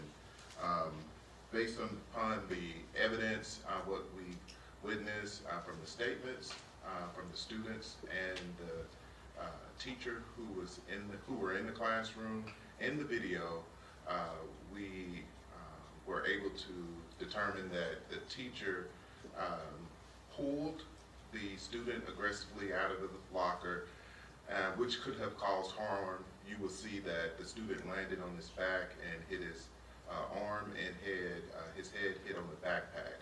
And because of the level of the incident, it resulted in the recommendation for termination. Okay. And then if you look at, I guess, page 1 of the packet, which is actually the second page.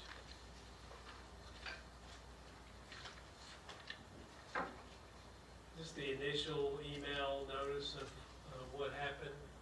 Yes, it is. Dated March 20th, 2026, right? Yes, that's correct. And it references Mr. Hernandez got rough with a student. He yanked him real hard, and the student has a cut on his arm. Do you see that? Yes, there's a picture that shows. Yes, sir. Okay. And then the next page, 2 of 13, that shows the cut, right? That's correct.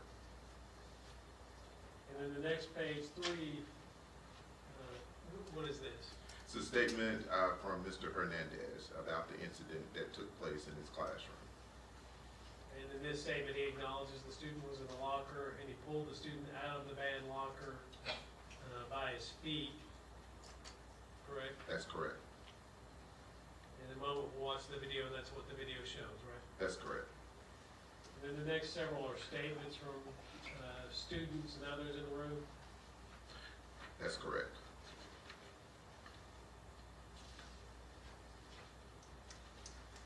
And then the final page, 12 and 13, is your recommendation of termination, correct? Yes, sir.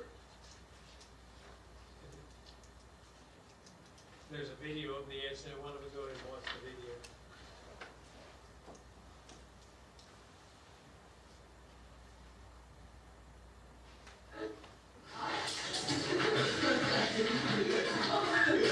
Get out before I pull you out. You got to say it. 1, 2.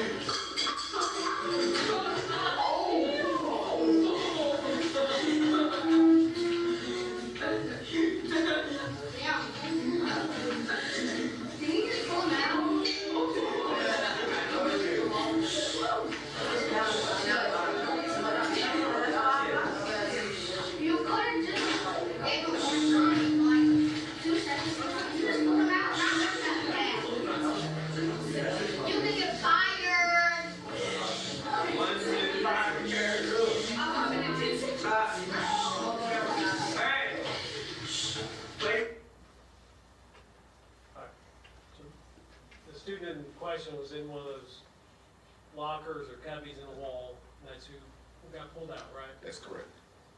And would you explain to the board why you think termination is the appropriate response to this incident? Yes, so as you would note, Board, when Mr. Hernandez initially told the scholar to get out, the scholar, his feet actually came out, and in his statement, he said he was attempting to get out. Mr. Hernandez said, "I'm going to count to 3 before he pulled him out." Mr. Hernandez actually counted to 1, then grabbed the students by the ankle, and as you can see, forcefully pulled him out, and the young man fell to the ground and hit his back and head, and of course you saw the picture that his elbow was scratched.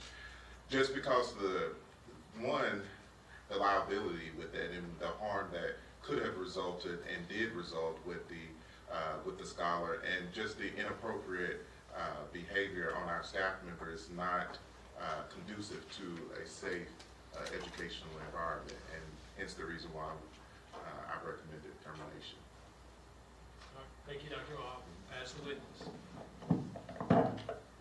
May we watch the video one more time, please?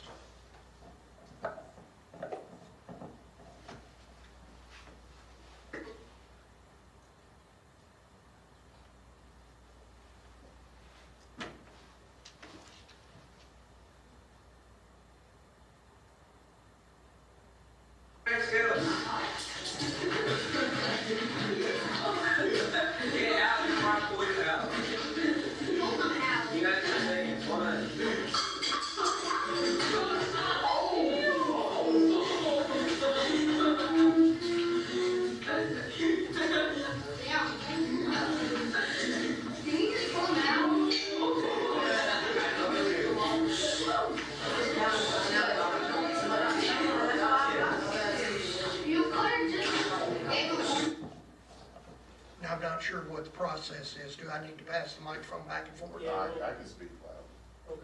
Okay, all right. Dr. Owa, I'm assuming since Mr. Hernandez is an employee of the district, that you were familiar with him prior to this incident? That's correct. And how long has he been a school teacher, do you know? Not the exact number of years, no, sir. Okay. And you were requested approximately, I think, April 8th to provide some information regarding this case, is that correct? Requested from? From my office. Yes, sir. Do you recall those requests? I recall one from the 13th. I can help refresh his memory if you wish.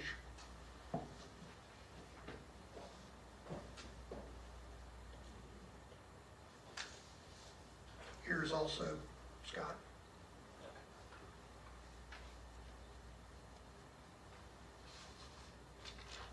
This is actually, a communication was not with me, this is with Mr. Richardson. I was not copied on this. Now this one that disclosed that you needed the complete and full copy of Mr. Hernandez's personnel file and a copy of any communication or document which mentions Mr. Hernandez, that was April 8th, but not these emails from April 8th. Okay, if they were sent to Mr. Richardson requesting information on this case, were you not provided with those requests? I did receive a request and we actually sent documents as well. Okay, you sent a personnel file, is that correct? We did, because it was requested. Did you receive a request after that for any evaluations or notes of observations of Mr. Hernandez?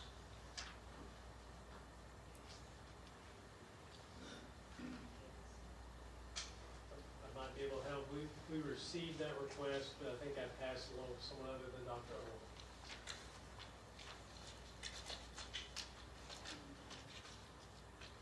Do you know, Dr. Owa, whether any such evaluations or notes of observations were provided? I did not receive any in my email, so I'm not sure if it was provided or not. Okay. Are you aware of any evaluations or observations of Mr. Hernandez as a teacher during his time with the school? No, I have not seen any of those documents. You guys follow the LEARNS Act, which has the excellence in teachers' excellence Support requirements. system. Yes. Yes, sir. You're more familiar with it than I am, I'm sure. That requires a novice teacher, does it not, to be evaluated in 4 categories? That's correct. And is there any record at this district of Mr. Hernandez being evaluated at the end of his novice period? You would have, that would be a question for the building principal or our assistant superintendent. If it was requested and wasn't provided to me, is there some question whether it exists? I can tell you I've requested it and was told that it didn't exist. Okay. Or wasn't found. What's the purpose of that statutory and policy requirement, Dr. Owa? The test is designed to, the acronym stands, is to support teachers, all teachers, specifically novice teachers, and so to see how they rank on the evaluation system and where they need the support based upon that, and it also gives us the opportunity to establish or develop their professional growth plan that they generate each year. So if there's a professional growth plan that's been required of Mr. Hernandez and that wasn't provided or wasn't in his personnel file, does that exist? I will have to check with his building principal administrations to see if the professional growth plan, there should be a professional growth plan developed each year. That's correct. And those are things that help a teacher to deal appropriately with students, are they not? Classroom management, yes, sir. Okay. Now, has Mr. Hernandez, did he ever in any way deny that this event occurred? No, he did not. Did he watch the video with you? He did. And did you ask him the question, how will I know that you won't do something like this again? I don't remember asking that question to him. No, sir. Nothing similar to that? No, sir. Okay. Have you ever had, do you know how long Mr. Hernandez has been employed by Jacksonville North Pulaski School District? So I believe this is his third year. Okay. Have there been complaints or problems or issues with Mr. Hernandez prior to this date? Not to my knowledge. Have you had any good feedback from him? Yes, sir. From others or From other administrators, teachers, parents? yes, from students, from parents, from colleagues, definitely positive feedback from them. So never any problems before this one event? No, sir. Okay. Have no more questions. No questions from me. Do you have any, you want to testify, Mr. McAllister? I won't be testifying, I will be bringing students. Well, do you have anyone that you would like to testify? Yes, sir, I would. I would first like to invite Ms. Meredith Roberts to the front, please. Okay.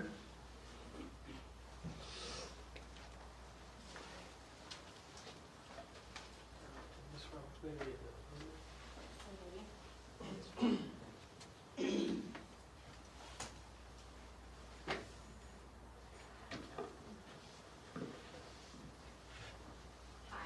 Please state your name and what you have to pertain to this situation. Okay.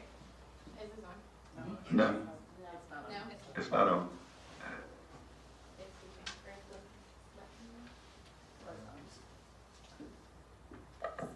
Test. Hi, my name is Meredith Roberts. I'm the parent of a scholar in beginning band at JMS. I'm here as a character witness for Mr. Hernandez tonight. I'll first be reading a letter on behalf of my dad. My dad has gotten to know Mr. Hernandez this year through my daughter being under Mr. Hernandez's instruction in band. My dad actually lives in Texas and attempted to rearrange his schedule to be here tonight to speak on Mr. Hernandez's upright character, but was unable to arrange his schedule in a way that would allow him to make it here on time. He would have been driving an 8-hour round trip today to speak had he been able to make it.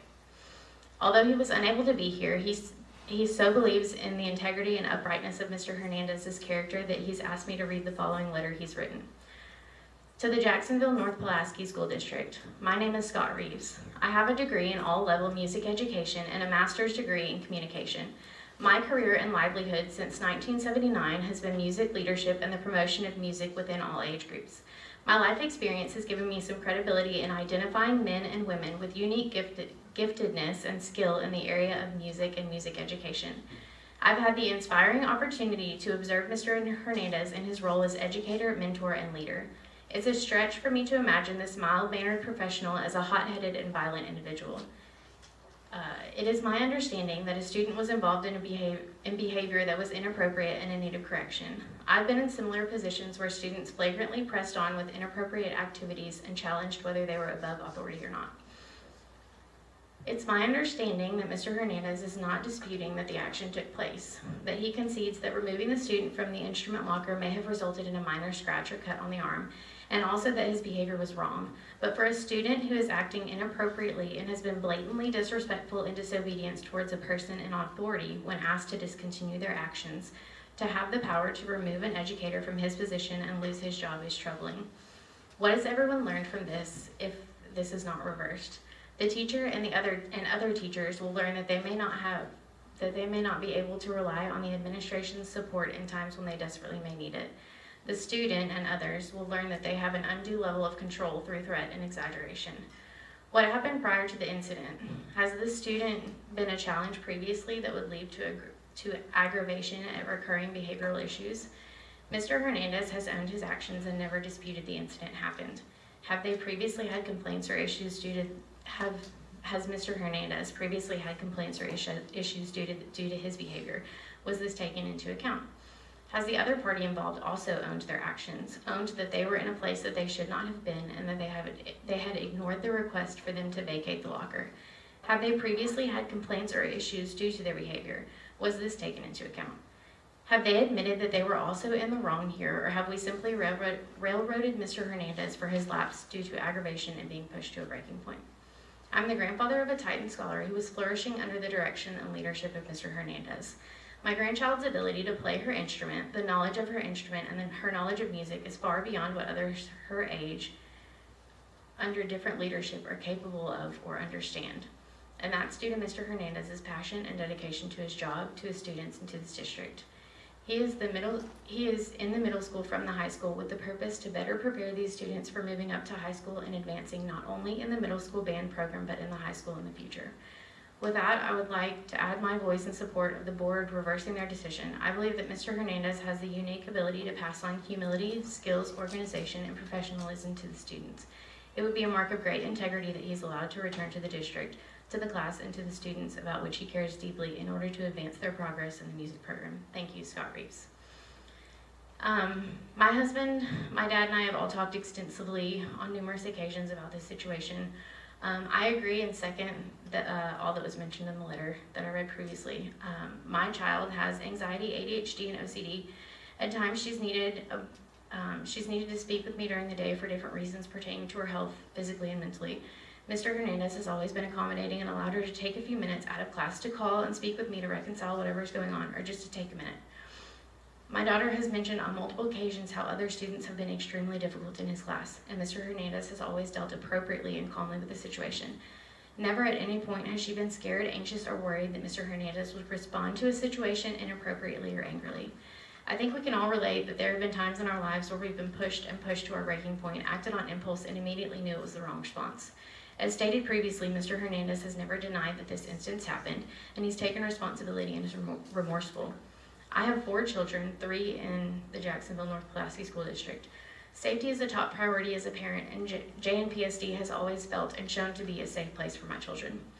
That being said, as much as I believe that scholar safety and protecting our students is always top priority, I also believe that at no time is it okay to protect, allow, or enable manipulation and an exaggeration of a situation or a result of a situation, okay, especially when it involves someone's livelihood and their career. It's my hope and prayer that the background of Mr. Hernandez's professionalism, dedication to, and passion for the band program, and the dedication and leadership that he's provided to his students and the JMS band program is taken into account as the decision is made today. I truly believe it would be a huge disservice to the scholars, the band program, and the district as a whole if Mr. Hernandez were not allowed to resume his position as band director at JMS. To end, I'd like to add my voice, as well as my husband's, in support of the reversal of the termination of Mr. Hernandez. Thank you.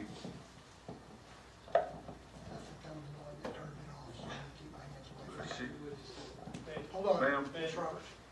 Questions? Yes.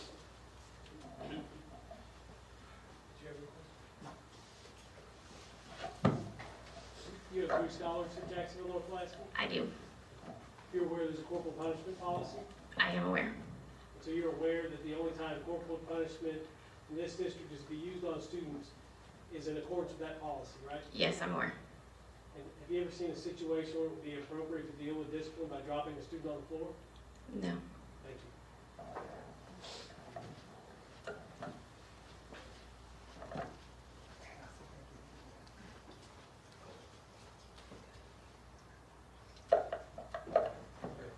Ms. Delilah Hughes, please.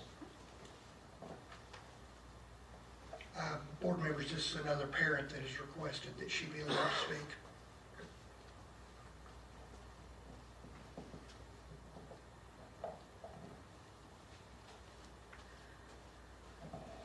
Hello, I'm Hello.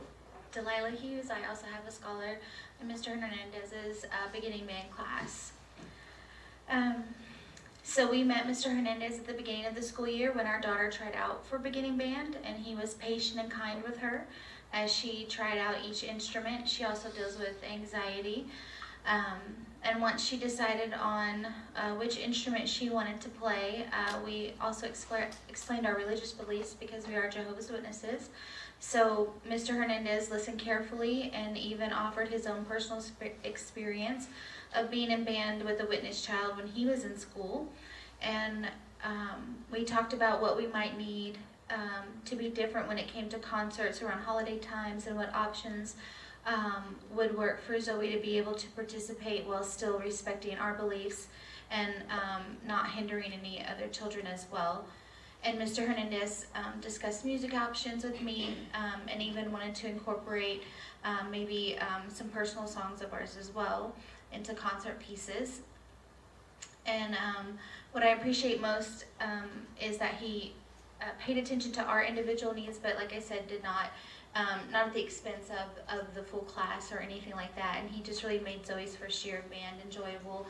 And I also remember a time that she did have like a small panic attack over something in his class that she just got nervous, and he called me directly, and I appreciated that and was able to handle it. So he, you know, we can make knee-jerk reactions in the moment that we regret, but overall we've been very pleased with the instruction that Zoe receives.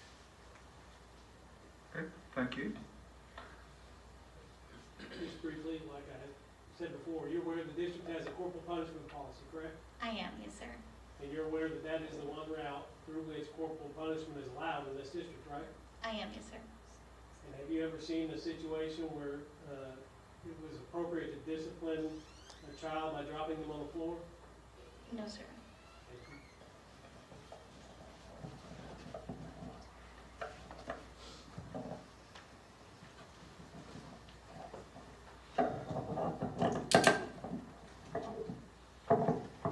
If it please the board, I'm going to ask some questions of Mr. Hernandez this morning. Would you state your name, please? Adrian Hernandez. And Mr. Hernandez, are you currently employed by this district? Yes, sir. In what capacity? I am on administrative leave at this moment. What was your teaching assignment when you were not on administrative leave? Jacksonville Middle School band director. And how long have you been employed by the Jacksonville North Pulaski School District? I've been employed since August 2022. Okay. And where did you go to undergraduate school? Anderson State University, Arkadelphia, Arkansas. And what is your degree in? Music, instrumental music education. And are you seeking at this point in time a further degree? Yes, sir. And what degree is that? Master's in music, jazz studies. Okay. And when did you receive your teaching license in the state of Arkansas? I received it in the fall of December it was December 2021. Okay. And so you would have completed your 4th year this past December, is that correct? 4.5. Oh, 4th December, yes, sir. In December? Yes, sir. This semester would have been 4.5. Yes, sir. Okay. When you first were employed by Jacksonville North Pulaski, what was your assignment? The assistant high school band director. Okay? And how long did you work in that capacity? 2 years. And what prompted you to seek out or to obtain the position of middle school band director? This is a little more lengthy.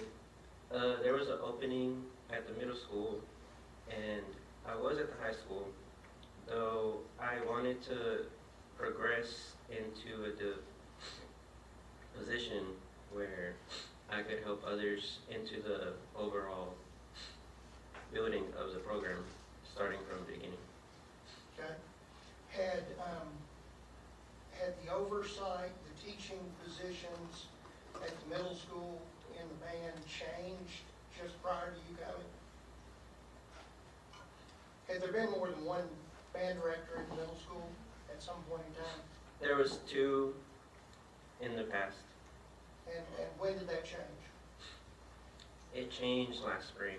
We changed from 4 band directors in our district to now 3. Okay. And so, do you have any idea how long there had been 2 in the middle school before that time? It had been several years. Do you know? I don't know. Okay. I cannot do my research on that. Okay. But you took the job as a solo band director, is that correct? Yes, sir. Okay. When you came in, was the makeup of the band itself somewhat strange? Yes. In what way? Describe that to the board, please. To have a cohesive band, you want to have all the parts of your team. Our middle school band was not a full team just due to the instrumentation and enrollment. So the band that I was instructed and entrusted to lead was just not a full team. We had missing instrumentation, and so I just really worked with what I had, and that's what we had. Okay. Did you set about trying to recruit new students into the band? Yes. How did you do that? I made it really just a big mission to make Jacksonville Middle School Band one of the popular groups in the middle school, make it one of the best things that you can be in. I have morning duty, afternoon duty, especially in the cafeteria. I'm with 6th graders every Friday, and I'm just going around like, hey, do you want to be in band? I introduce myself. I would schedule personal appointments, tell my own students, and I had a short window. We had August, and then we had until our 10-day count to make any schedule changes. So those 10 days were very critical to me, to recruiting, telling people, the students now in the 6th grade, hey, do you have any people that you hang out in 5th grade? You know, you can have the same class with them. This is your elective. This is the only class you get to choose to be in. And so the middle school only offers one elective, and I really wanted to just make it that everyone be in the band. On behalf of, and because of your position with Jacksonville, have you tried to get the middle school band involved in the community? Yes, sir. In what ways have you done that? We have done more performances this year than any other year the middle school has had. Other directors. This year we doubled all the concerts, and we went to Little Rock River Market. We had a really good showcase there. Repeat your question. Ways you've involved the community? Okay. Not only performances, there are also fundraisers we've done to build up our budget, involve and empower the students to have ownership over their program. And I literally said, you guys are building the band up in our skills and in what we can do. Were you able to successfully bring even a homeschooler into your band this year? Yes, sir. And this lady was not able to be here tonight, but I would like to offer to the board a letter which was written by parent Kimberly Spann to the board. his behalf. May I?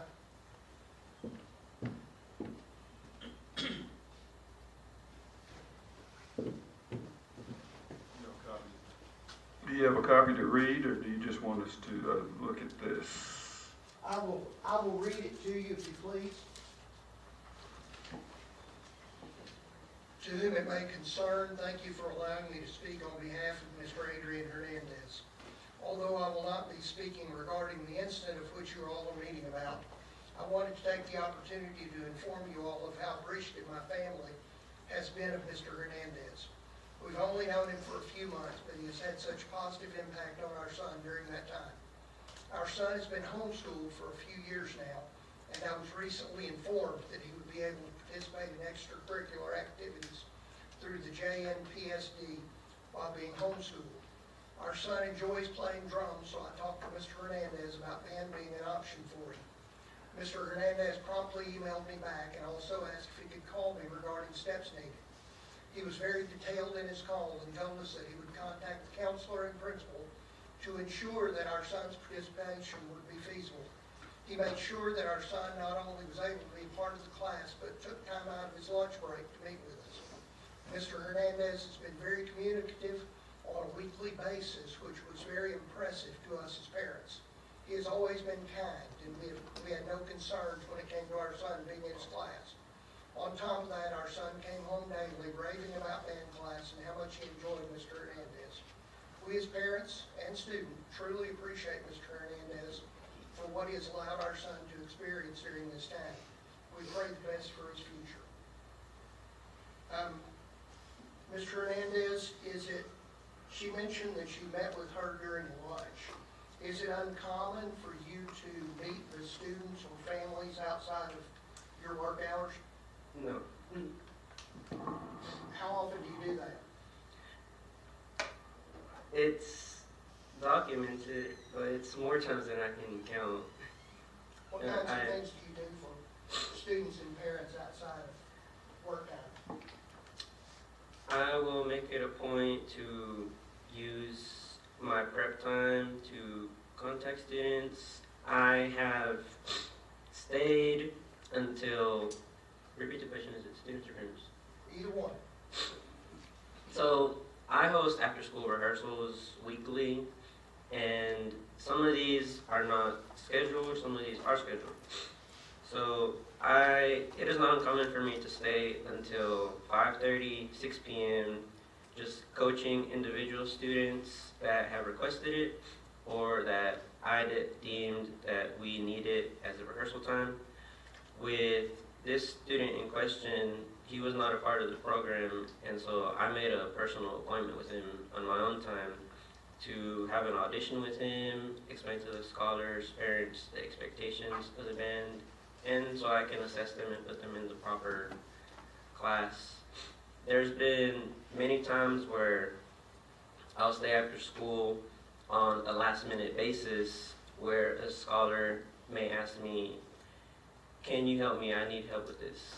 And it might be past 2 p.m. and I have plans and I just kind of pause. I'm like, okay, I'll do it. So I'll stay with them and we'll work on whatever they need.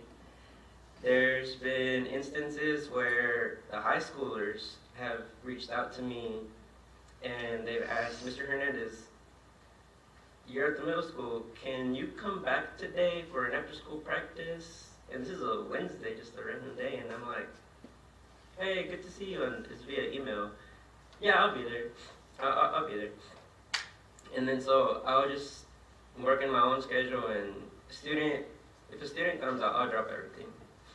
And so I'll stay till 5, 6 p.m. living in Bryant, so that's still coming home at 7. It's just I've just kind of decided it's my normal time to come home.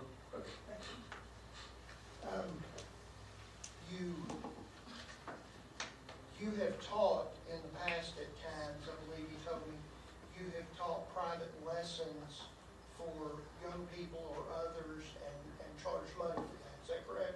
Yes, sir. Have you ever done that with a Jacksonville student? No, sir. Would you or have you charged any Jacksonville students for any lessons or work or practice or anything that you've done on your own time? No, not the district. Okay. Your interaction with other staff members, do you try to go out of your way to help where that is needed? Yes. So. Have you provided, you're bilingual, correct? Yes, sir. Have you provided translation services for people in the district? Yes, I've done this off the record as well, so it can be, can you come to the front office and translate?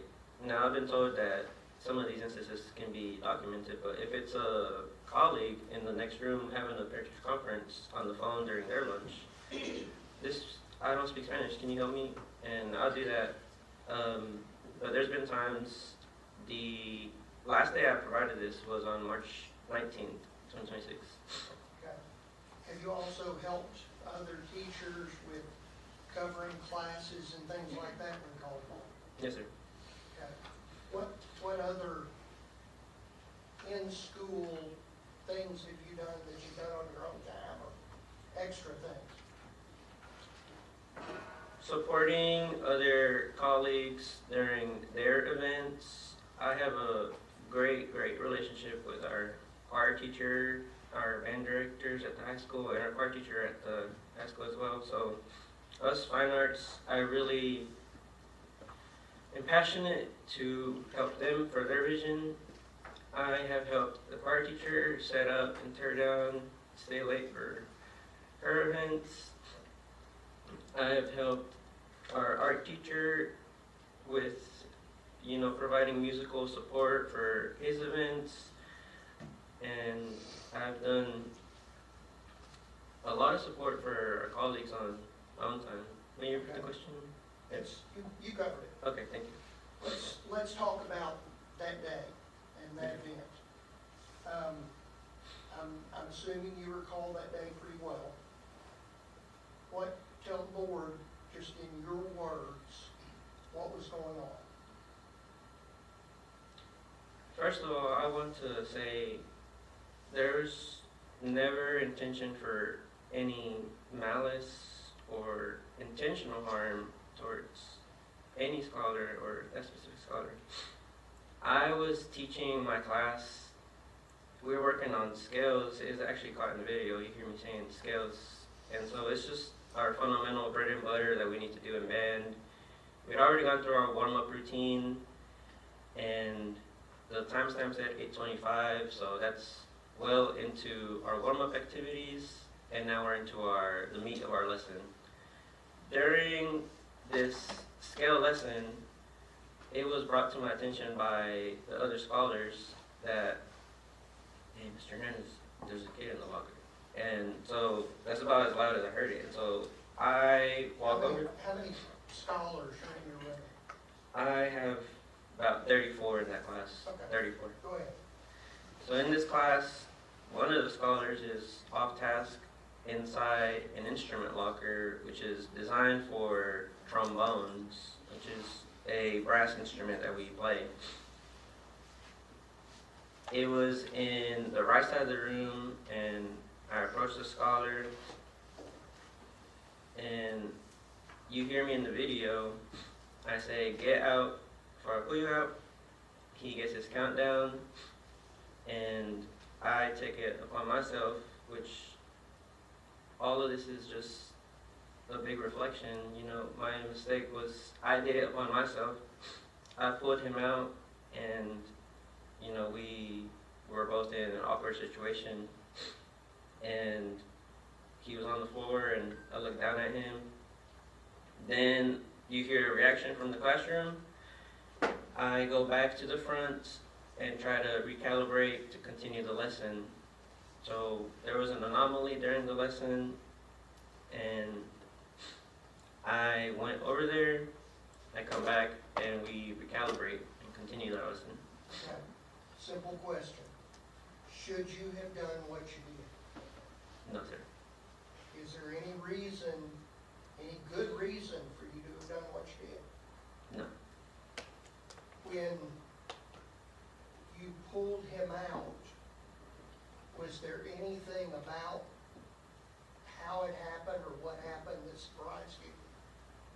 Yes. What was that? How fast the scholar came out was one of them. Why do you mean how fast he came out? In my perspective, I expected more resistance, and I didn't expect the scholar to come out as fast as they did. You saw him on the floor when he came out. Yes. What was your response inside of you? Right then and there was so many emotions and reflection going on. The immediate one was, I messed up. Now, there's no comments that we made towards each other. I looked down at him and then assessed the situation, and I knew I messed up, and everything was going through my mind, and I go to the front, and I'm out of frame at that point, and I'm still reflecting on what happened. So there was a lot of shock on my end and on the scholar's end as well. Okay. Did he seem to be okay? Did he seem to be hurt as far as you could tell? Not any major injuries throughout the rest of the lesson. Now, we requested video of the entire class, but we don't have that. What happened immediately after this? Immediately after this, I went back and told everyone, all right, let's go work back on our skills. And it was really interesting because at that point there was no more issues for the rest of the classroom, and we played our scales for a practice, about 10 minutes, and then we had a short assessment after the fact. What do you mean by a short assessment? So my job is to instruct the scholars and then test them. I practiced the scales with them slowly and gave them the chance to work on it individually. Then I just opened the floor. Raise your hand if you want to try it. And we had a couple volunteers. So this was their time to show off what they had learned. Okay. Tell the board what happened. So I opened the floor to raise your hand if you want to try it. And then I had one scholar who raised her hand like, let me try it.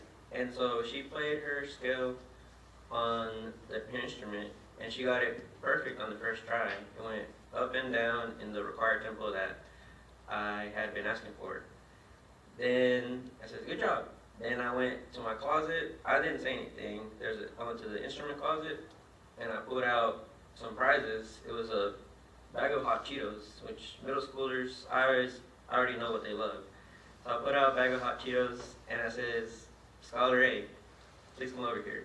And it's like, hold on one second. Where did that idea come from? To give prizes for something like that? It came from instruction during one of my observations. I requested to give incentives and just conversations on how to have better classroom relationships. Okay, we'll come back to that. Yes, sir. Go ahead and tell that story. So I said, Scholar A, please come over here. And it's a brand new box of 20 pack of chips. And I told him, you can have whatever you want in here. And then she got it. And then she went back to her seat. Who else wants to try? Now more hands shot up. I had another scholar try it. He got it on his first try and nailed it. Came over there. And then now we had a routine going. And then I opened the floor again. Who wants to try it? At this point, I have one of the students on the front row. He attempts it and does not pass. He tries to do it. And so I was like, can I get the chips? I say, no, you can't. Can I try again? Yes, please, try again for us. And then, so, this is really common. If they can't get it, I just let them try again. He tries again, does not get it, and decides, now he's kind of embarrassed, I don't want to try again. So later, another scholar tries out, and he does get it on the first try as well, so we've got this routine. And one of the next scholars I asked to do this scale test is the scholar in question that was made physical contact with. he tries it and does not pass. So what'd you do? I said, try it again. And then he tries it again, and he still doesn't get it. Then he's like, can I try again? Now he's getting kind of angry. He's like, let me try again. And then I was like, go ahead. And then he goes up and down. He gets on his third try. And then I said, incident scholar, please come over here. And then he receives his bag of chips. I say, good job. This is the last interaction, and it's also the next interaction I've had since I made contact with him. I didn't really speak with him in a public manner during the class, and he just returned to his seat. And the last incident I had with him was a very positive one, where I rewarded him. Were you trying to be encouraging to him? Yes. Yes. Were you ever angry during this whole thing? No, it's very hard for you. No, I don't get angry. Have you run into, as part of the faculty of Jacksonville North Pulaski, have you run into difficult situations from time to time? Yes, sir. Have you had a student threaten to hit you with a chair? Yes, sir. Have you had a student threaten to hit you with a music stand? Yes, sir. Have you had a student threaten to call ICE on you? Yes, sir. Have you even been able to calm down and remove a lady at a choir concert who was cursing out another lady? Yes, sir. And during any of those situations, this one included, did you lose your temper? Never. So why did you do what you did? There is a lot of reflection that's been made on this. At the end of the day, in that March 20th, I took it on my own hands to see the issue, address it immediately, and I did make physical contact, and that's why I did it. I was a teacher in a room who saw a disruption in the classroom environment. I've never seen a scholar in a band locker before in my teaching career, and that was the short-term thought process that just hit me in the moment. Now, when you were visiting with Dr. Olaf after all of this, did he ask you, how do I know, or something along the lines of, how do I know that you won't do this to another student? Yes, it was along those lines. Did you answer it very well at that point in time? No, I know that the answer to that question in this meeting was just my word saying, I won't do it again. And I know that is not a good answer. It's like, how can you look at somebody with the evidence, see that what they did, how do we know you're not going to do this again? I won't do it again. That's a terrible answer. Yeah. So, what, going through this process and having been sent home for these several weeks, what has that done to you or for you? To me, this has been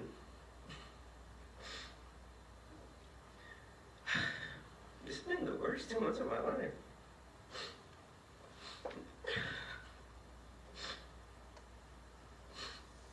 I stopped eating, stopped sleeping. I can't go to sleep.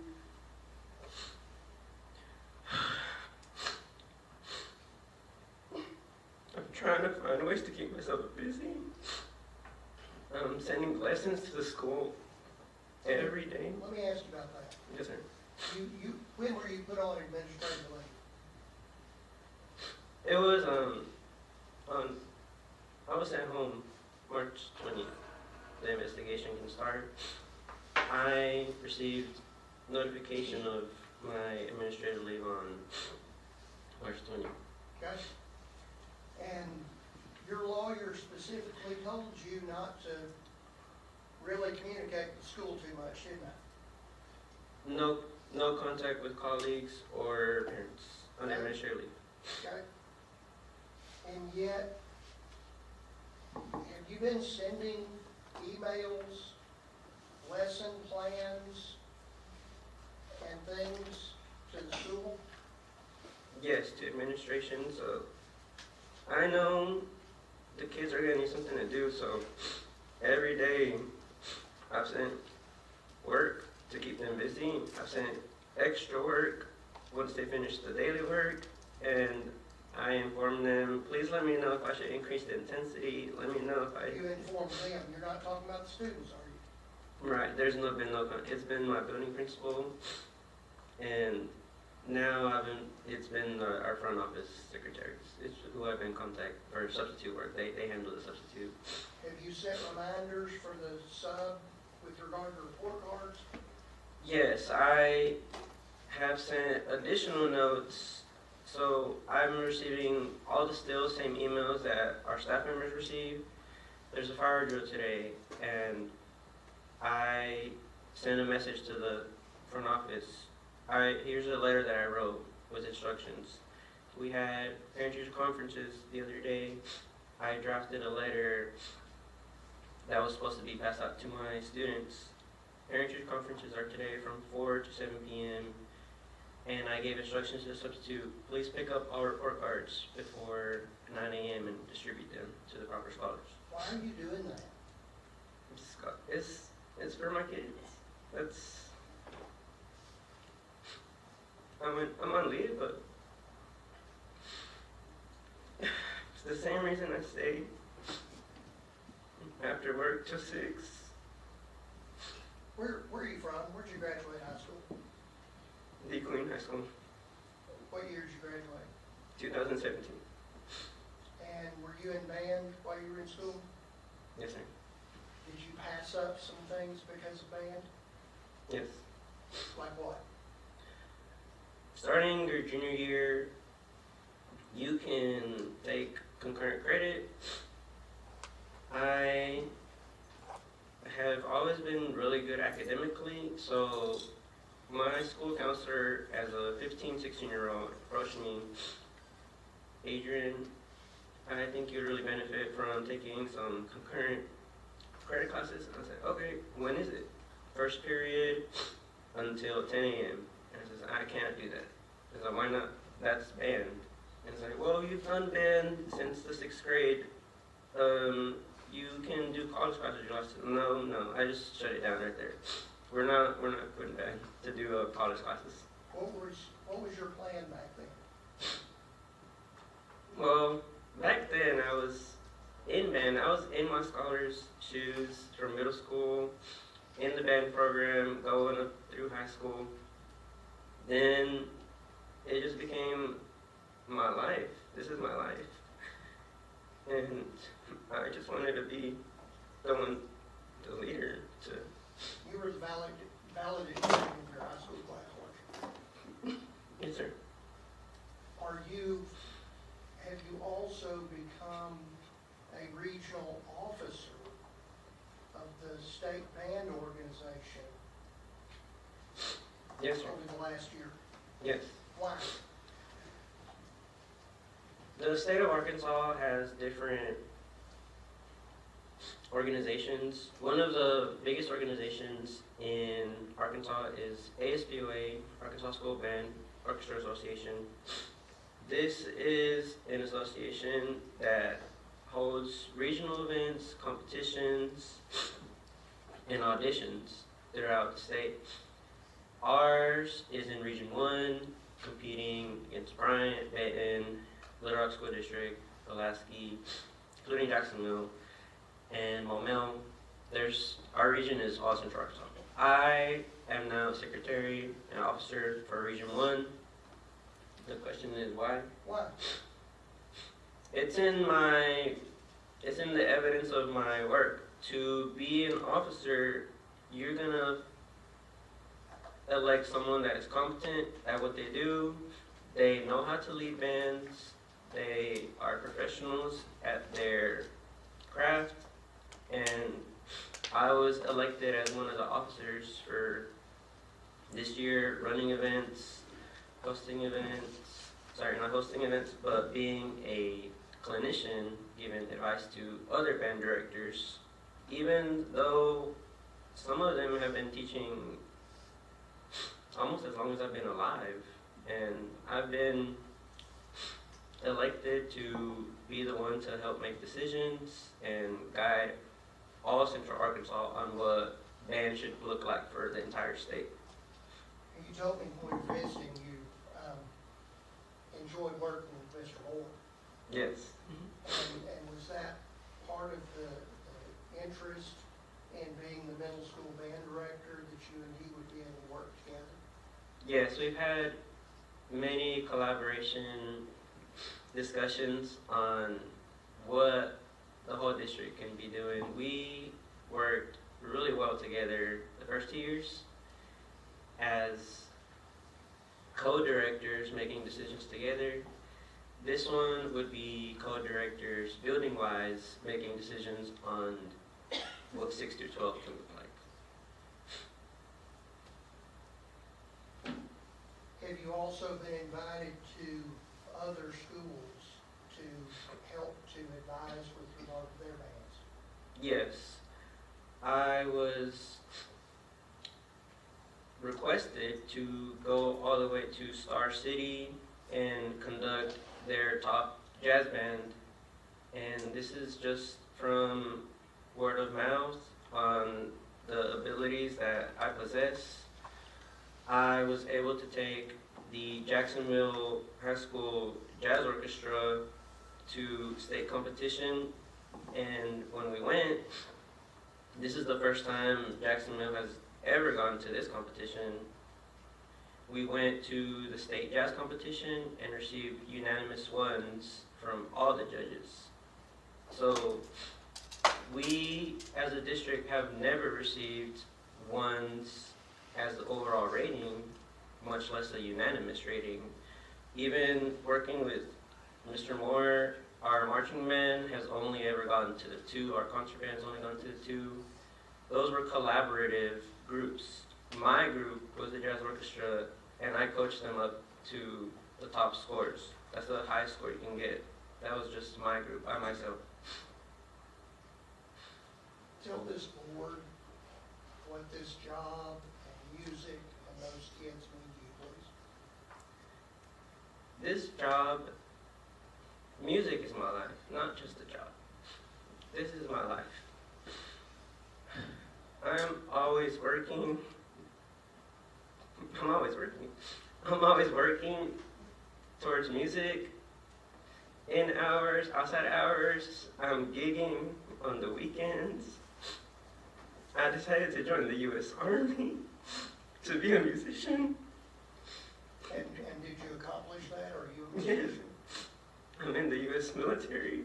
My MOS is 42 Romeo, 9 Lima.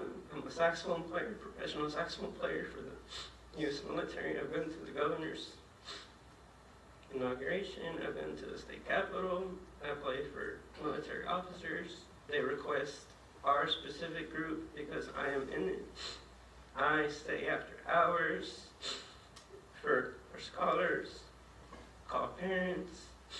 I go outside of state for performances, and I still manage to make everything all balanced and hit all the marks on everything. I put everything I have into this. Now, last question. If you were faced with this type of situation or anything close to it in the future, how would you deal with it?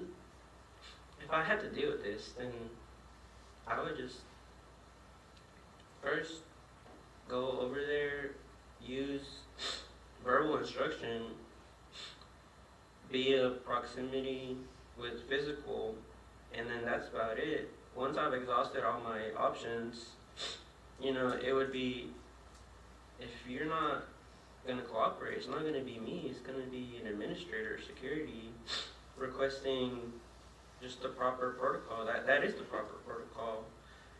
Now, it's really different when you hear this. I've heard it my whole life. Don't touch the kids, don't touch the money, you know, don't make physical contact with anyone. It's really hard once you're in that moment and you're tested. So, you know, I failed the test, but now knowing that's an experience that I'll carry every day. So, if I had to do it again, I would go over there, give instruction, proximity, and then I've exhausted my options, requesting it, being patient. Now I'm asking for additional support. And that's what would be different, and it will be different. Is this incident going to be in the back of your mind for the rest of your life? Of course, yes. Yes. Pass the witness. Okay. Mr. Richardson? Just a few questions. Mr. Hernandez, Jacksonville was not your first job in education, is that right? Correct. Where did you work before? My first job, I obtained it when I still had my degree to be confirmed. It was in Cossatot River School District as the head band director, 7 through 12. The question was first job? Yeah. First job. Then did you work at another school after that? My next job was in North Little Rock at Westwind School for Performing Arts. This was the head position working in the middle school at a charter school. Okay. And then after Westwind, you came to Jacksonville, is that right? Yes, sir. Cossatot River, they have a discipline policy for students, right? Yes. Were you trained on the discipline policy at Cossatot River? No, I applied to Cossatot River School District when I was an intern, finishing my music degree in the fall. Okay, I'm sorry, I don't mean to cut you off, but I want to stay focused. So you weren't trained on the discipline policy? I was hired in January, so any professional development had already been done. Okay. Well, I was going to ask you about that next. You take professional development every year, right? Yes, sir. And discipline is part of that professional development? We go over the policies. You're familiar with the Jacksonville North Pulaski School District has a corporal punishment policy, correct? I didn't know it had a corporal punishment policy, actually. You didn't review the policies in any of the 3 years you worked here? I do, but that one. Did you review the student handbook? Yes. And you didn't see the policies for disciplining students in the student handbook? I've seen them, but not the corporal. Okay. Well, you understand that under the policies, I think as you said it earlier, don't touch the kids is the basic rule, is that right? Correct. You've known that's true your entire educational career, correct? Correct. Do you understand now there's a corporal punishment policy at Jacksonville North Pulaski School District? I'm from now. So you know now that in order for a teacher to use corporal punishment on a student, that has to be brought to the attention of an administrator, correct? Yes, sir. And the administrator gets to make the decision on whether or not corporal punishment is used on a student, correct? Yes, sir. And in order to, for that administrator to give corporal punishment, that student has to, their parent has to have opted into that system, correct? Yes, sir. If the parent hasn't signed a form to allow corporal punishment cannot be used on that student, right? Correct.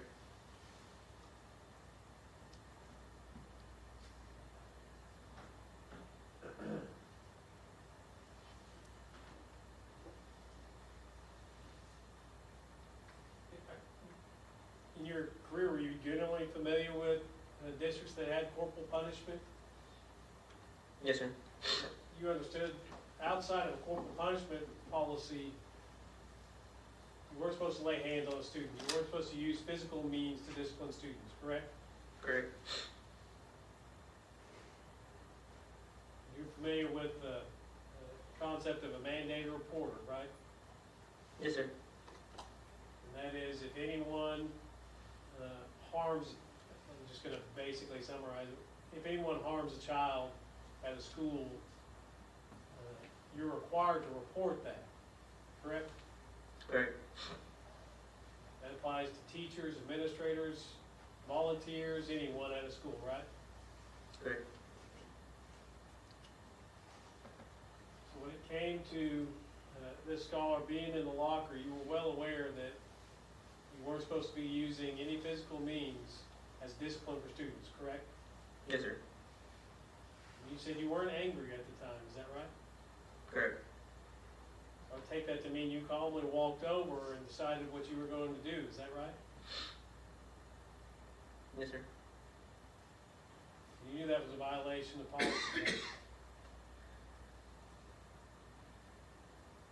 Yes. You knew if a student was harmed when you did that, that could subject you to a mandated report, correct? Correct.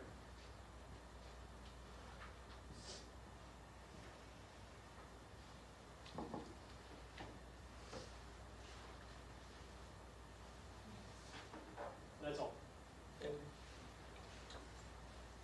Okay, do we have any questions from the board members? Mr. Hernandez, quick question. So whenever you pulled the scholar out of the band locker and he fell plummeted to the floor, you just went back and taught class? Did any time did you think that maybe you need to check on the scholar? I put him out with the mistake and looked down at him, saw a face of shock.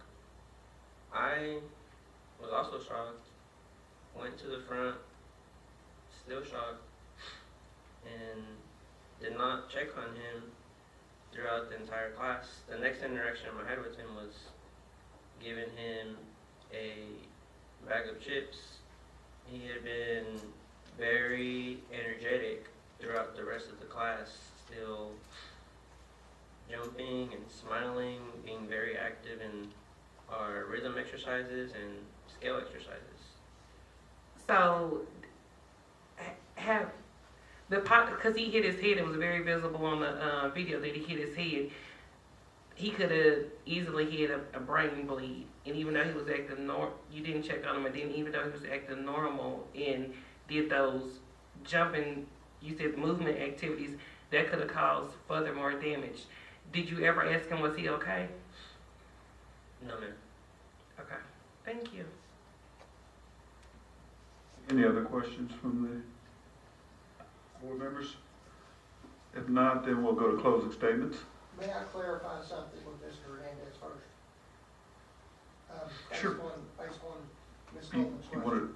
You want to do it in a closing statement? Right, I'd like for him to, I don't think there was some understanding there. Okay. Were the exercises that y'all were doing, did the exercises you were leading in involve the kids jumping around? No, it's a profession where I teach the best technique that a relaxed body to play. We did our scale exercise. When you said jumping around, did you just mean that he was very active? Excited as a middle schooler. But you weren't leading them to do any jumping exercises? No. Okay. Good. And so you said that he was very excited? Band is very fun. Okay. Yes. So excitement may raise your blood pressure, so. Okay. And you didn't check on him? You didn't ask him, was he okay in no time? No. Okay, thank you. Okay. At this time, we'll go to closing statements. I'll start and then you. Okay, I'm just used to that process. That's all right. You've got the microphone. Oh.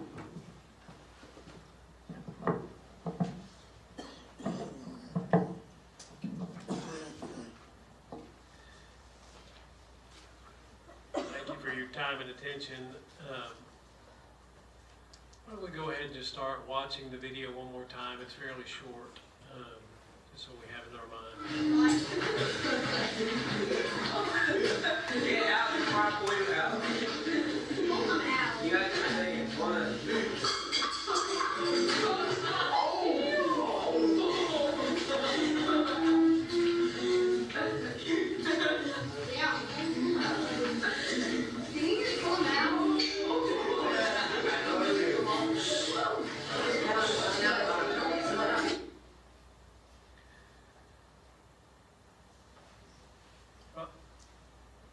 I think it happened just as Mr. Hernandez described. He wasn't angry. I was expecting him to say I was angry or I was upset or something was causing me to have a misjudgment, but he says he calmly walked over there, which is what appears to happen in the video, and pulled the scholar out and dropped him on the floor.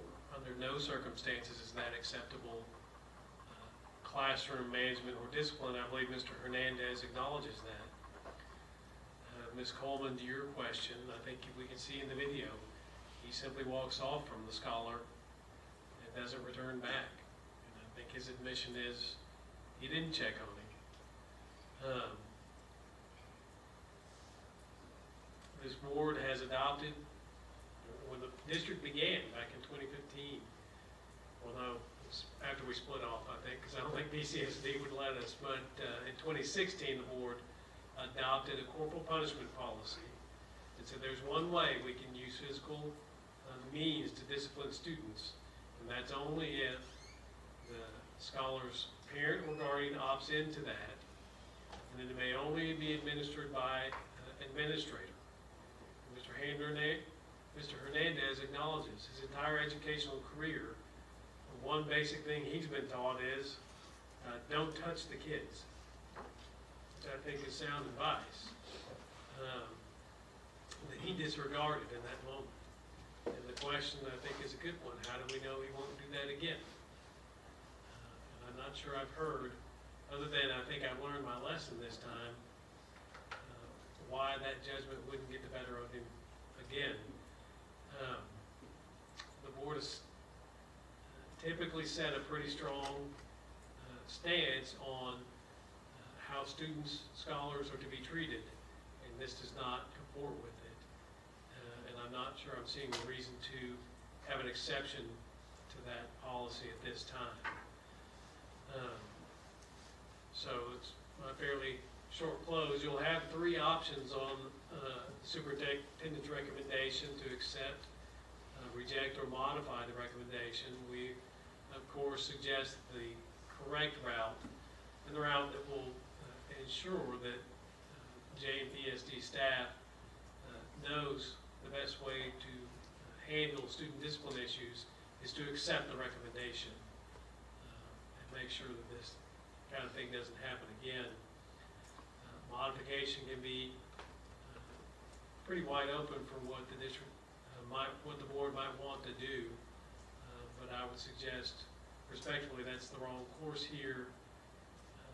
Teacher will calmly walk over to a student, pull him out, drop him on the floor, and then walk off is probably not who we want as an instructor at the Jacksonville North Pulaski School District.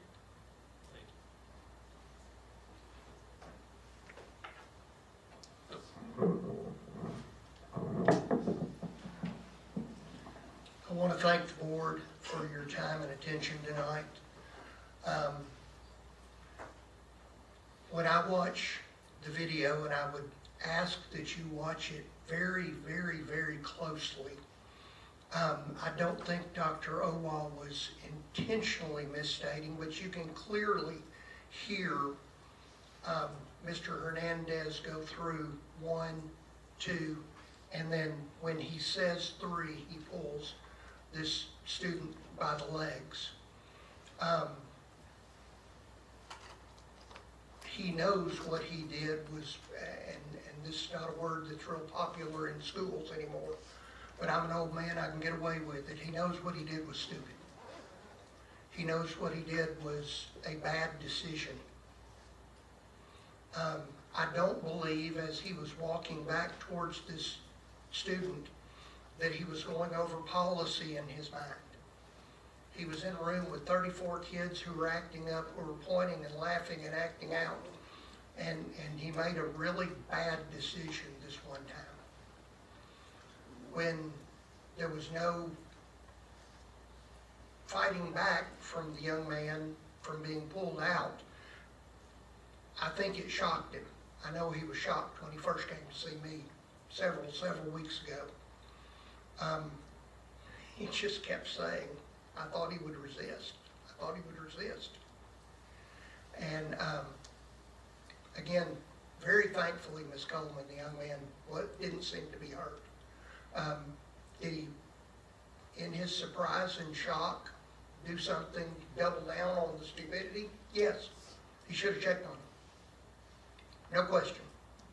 No doubt about it. I'm not going to sit here and make up things for you guys. This is a young man that has been employed by this district for 3 years and as near as I can tell is loved by everybody here. Under the act that we're dealing with, this board has broad discretion to terminate a school employee. There's no question about that. This board can accept the recommendation to terminate him. The board can reject, or as Mr. Richardson said, the board can modify. There is a provision in the LEARNS Act that allows for a teacher to go under what's referred to as intensive supervision.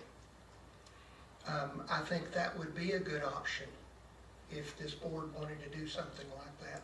This young man that's tried to reach out and grow the band and bring the band into the community and bring students into the band and has helped kids learn and has helped kids grow. I'll be honest with you, we could have sat here for a couple more hours telling you stories of interactions with children and parents that were the opposite of this singular bad decision that he's made in the 3.5 years that he's been here. The 3.5 years that he asks multiple times and in multiple ways for observation and supervision, including getting his own, as he mentioned, observation from someone outside the district on his own initiative, because he wants to learn to be better. He wants to grow. And I do think he's a benefit to this district. I think he's a good young man. I think he has his heart in it. He spent way more than just school time seeing to the needs of students and parents and others. And I just honestly feel like that he has admitted and learned what has been a very harsh lesson. How do you know he's not going to do it? I guarantee you that I can look at everyone up here and you remember where you were on 9/11. I remember exactly where I was. Things that are traumatic, that stand out, we don't forget. He's not going to forget this. He's just not. Yes, it was traumatic for the kid, but if you watch that video, really, I know it's grainy. I know it's blurry. The kid's smiling when he's on the floor.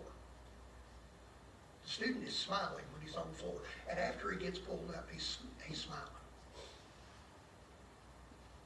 He wasn't traumatized, I don't believe. Now, I've never discussed that with him. But watch it close. Thank you. Okay, thank you, Mr. Richardson and Mr. McAllister. We will go into executive session at this time.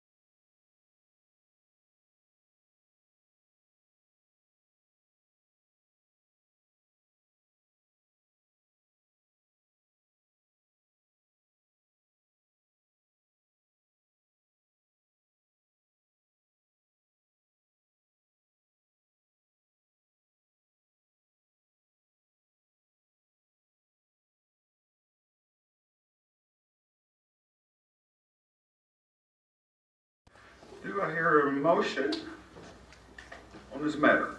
Yes, I'd like to make a motion to modify the superintendent's recommendation this way.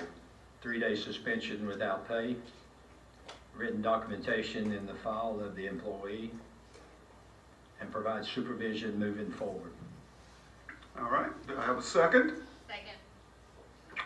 All in favor signify by saying aye. Aye. Nays? Nay. All right, it passes.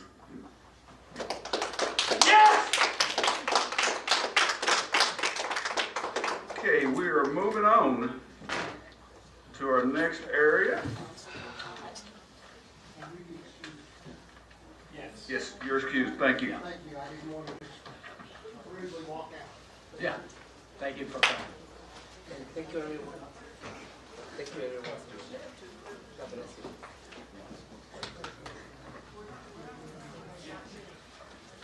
Okay, we are up to personnel addendum that we need to approve before we press on. Can I get a motion to approve the addendum dated May 4, 2026? Second, all in favor signify by saying aye. Aye. All right, and now we're up to personnel, and we are going into executive session for personnel, is that correct? All right, we're adjourned for personnel.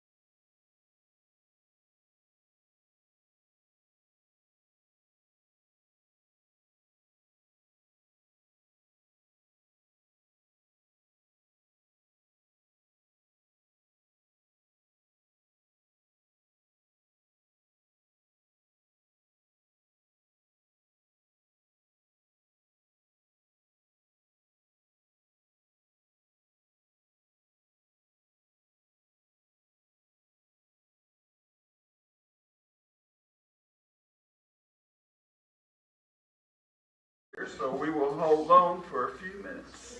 Sorry about that.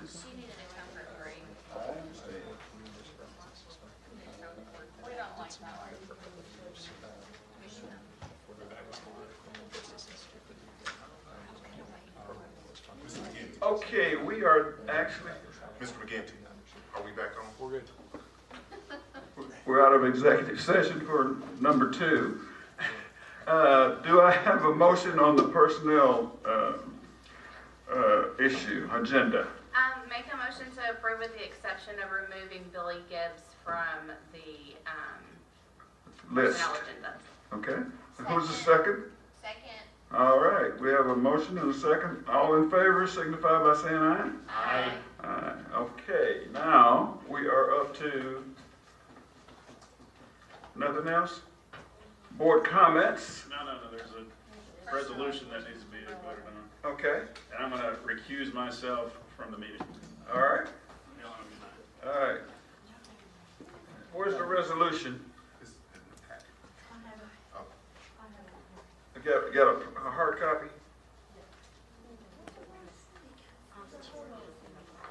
That's signed, so yeah. Resolution. Okay. We have a resolution here. And it involves a member of the board here, Mr. Gray, who has recused himself. And it is for the employment of his daughter-in-law, whose name is McKenna Gray. McKenna Gray.